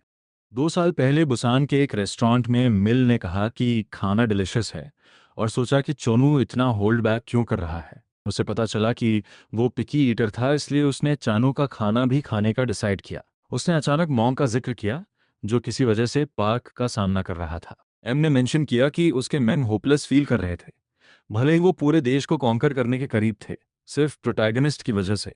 चानू ने मुस्कुराकर उसे बोलने दिया। एम ने जाना कि मांग ने लगभग डोंगयान को डिफीट किया था, इसलिए शायद वो उस आदमी को पार्क को डिस्ट्रॉय करने के लिए यूज कर सकते थे। चानू ने उसे उठने का ऑर्डर दिया और पार्क को भूल जाने का, क्योंकि उनके पास डील करने के लिए वर्स्ट चीजें थी। उसने बाहर मैन की आर्मी को इकट्ठा होते देखा। गैंग नेता फ्रस्ट्रेटेड हो गया जब उसने उन्हें खाते देखा। उसने अपने मेन को ऑर्डर दिया कि उन स्कमबैग्स को किल करो, इसलिए पूरा गैंग फर्नीचर फेंकने और रेस्टोरेंट का ग्लास तोड़ने लगा। मन अनॉयड हो गया, क्योंकि वो लंच में वो डिलिशियस बॉल्स खाने की उम्मीद कर रहा था। उसने अपने मेन को तैयार रहने का ऑर्डर दिया और दोनों गैंग्स एक दूसरे पर अटैक करने के लिए चार्ज हुई। चोनू उस हॉरर साइट को देखकर एंजॉय किया। गैंग नेता आगे बढ़ा, लेकिन चांसू ने उसे एक पंच से डिस्ट्रॉय किया। वो किसी दिन मॉन्ग को पार्क के खिलाफ यूज करने के बारे में सोचने लगा। स्कूल बिल्डिंग में मॉन्ग ने 100 मैन इकट्ठे किए और अपना ऑब्जेक्टिव अनाउंस किया। मैन टेरिफाइड हो गए, क्योंकि वो सभी जानते थे कि पार्क कितना टफ है। मोनोंग ने उनका अटेंशन लिया और एक्सप्लेन किया कि उनका गोल पार्क को हंट डाउन करना है। उसने उनके टेरिफाइड एक्सप्रेशंस देखे और इरिटेटेड हो गया, रियलाइज करते हुए कि वो सब लिटरल विम्स हैं। उसने बिलीव किया कि वो खुद को सप्रेस करने से थक गए हैं। वो उन्हें मोटिवेट करने की कोशिश करता है और उन्हें अंडरस्टैंड करता है कि पार्क और डोंगियन चाहे कितने भी स्ट्रांग दिखें, वो अभी भी इंसान है। उसने पूछा कि क्या उन्हें डाउट है कि उसके साथ 100 मैन पार्क से कमजोर है। उसने उन्हें पार्क को हंट करने के लिए कन्विंस किया और अश्योर किया कि उसके बाद वो जो चाहें कर सकते हैं। मांग ने कंटिन्यू किया और अनाउंस किया कि सेल्फ प्रोक्लेम्ड शिटी गैंग जो पार्क से टेरिफाइड थी, उस बीस्ट को डिफीट करने के बाद वो नेक्सस को क्रश करके टॉप पर राइज करने का एम करता है। मॉन्ग ने सबको इनवाइट किया कि उसे सपोर्ट करें, ताकि एक दिन वो सब ऊपर खड़े हो सकें। मैन फायर्ड अप हो गए, इसलिए वो सब पार्क को क्रश करने के लिए डिटरमाइंड हो गए। अचानक प्रोटैगनिस्ट ने खुद डोर स्मैश किया और टेरिफाइंग एक्सप्रेशन के साथ साफ किया कि 100 उसे टेक डाउन करने के लिए काफ़ी ही होंगे। पार्क उन सबको डिस्ट्रॉय करने के लिए तैयार हुआ और कॉन्फिडेंटली उनके क्रैपी नेता का सामना करने के लिए स्टेज की तरफ चला। मांग खुश हुआ कि वो अपेयर हुआ, इसलिए प्रोटैगनिस्ट ने उसे आगे आने का ऑर्डर दिया, क्योंकि वो उसे एक लेसन देना चाहता था। मॉन्ग मैलिशियसली मुस्कुराया, जबकि उसके मेन ने पार्क के पूरे बॉडी पर ग्लास शार्ड्स फेंके। वो ब्लीड करने लगा, लेकिन मांग ने उसे प्रोसेस करने का एक सेकंड नहीं दिया और एक पंच थ्रो की। पार्क ने उसे ब्लॉक किया, लेकिन उसका आर्म रेक हो गया, क्योंकि उस चीकी स्कमबैग ने अटैकिंग करते हुए स्प्लिंटर्स यूज किए। मांग ने इसे बस शुरुआत बुलाया और अपनी आर्मी को पार्क को फिनिश करने का ऑर्डर दिया। प्रोटैगनिस्ट ने मैन के सामने खुद को होल्ड किया, लेकिन अचानक रियलाइज किया कि सभी पर स्प्लिंटर्स स्प्रे हुए थे, जिसका मतलब था कि मांग उन्हें पार्क के आर्म्स को डिस्ट्रॉय करने और उसे एग्जॉस्ट करने के लिए यूज कर रहा था। उसने मल्टीपल मैन को हैंडल किया, लेकिन पीछे से बैट मिली। पार्क ने उस आदमी को दूर फ्लाइंग भेजा और अपनी शर्ट उतारकर अपने आर्म्स के लिए यूज किया। ईविल नेता ने अपनी आर्मी को आगे बढ़ने और अटैक करने का ऑर्डर दिया, और जैसे वो बीस्ट अकेले सबका सामना करता रहा। वो फाइट कुछ घंटों चली। बेकार सर्कमस्टांसेस के बावजूद पार्क लेजेंड बन गया और अकेले मॉन्ग और उसके मेन सबको रैक किया। वो ईविल स्कमबैग यकीन नहीं कर सका कि वो डिस्ट्रॉय हो रहा था, भले ही उसने कभी किसी को जीतने नहीं दिया, चाहे वो कितना भी स्ट्रांग हो। उसने यहाँ तक कि नेशनल नंबर 1 को भी टेक डाउन किया था, लेकिन अब वो पार्क से आस होपिंग खा रहा था। वो नहीं समझ सका कि कोई इतनी स्ट्रेंथ कैसे रख सकता है। प्रोटैगनिस्ट ने मॉन्ग को फिनिश किया और उसे ऑर्डर दिया कि कभी अपना सिर ऊंचा न करे। उसने उस आदमी को हम्बल किया और साफ किया कि इस दिन को कभी ना भूले, वरना वो फिर क्रश होगा। मैंग फ्रस्ट्रेटेड हो गया और दर्द में चीखने लगा। अगली रात मॉन्ग नहीं समझ पा रहा था कि क्या गलत हुआ। उसे यकीन नहीं हो रहा था कि एक सिंगल आदमी 100 मैन को टेक डाउन करके उसकी क्रैप रख की। मंग ने फाइनली एक्सेप्ट किया कि वो शायद प्रोटैगनिस्ट के आसपास कभी नहीं पहुंच सकता। जॉन अपियर हुआ और पूछा कि उसके चेहरे पर ऐसा मिजरेबल एक्सप्रेशन क्यों है। उसने अपने नेता को याद दिलाया कि वो लेजेंडरी मॉन्ग था और उसे लगता था कि वो संडे विक्टोरियस निकलेगा, no matter the cost. Mong finally उठा और एक्टिंग लाइक अ विंक के लिए माफ़ी मांगी और इमोशंस को रास्ते में आने देने के लिए। इस इंसिडेंट के बाद मोंग और उसके गूंस गायब हो गए, लेकिन जो फाइट हुई उसने जल्द ही सबका अटेंशन खींचा। बहुत से लोग अमेज थे कि प्रोटैगनिस्ट ने 100 गूंस को टेक डाउन किया। वो न्यूज़ बहुत तेज़ी से ट्रैवल की और लोग सोचने लगे कि क्या वो अब देश का नंबर 1 है। उन्हें डाउट था कि नेक्सस पार्क से जीत सकता है।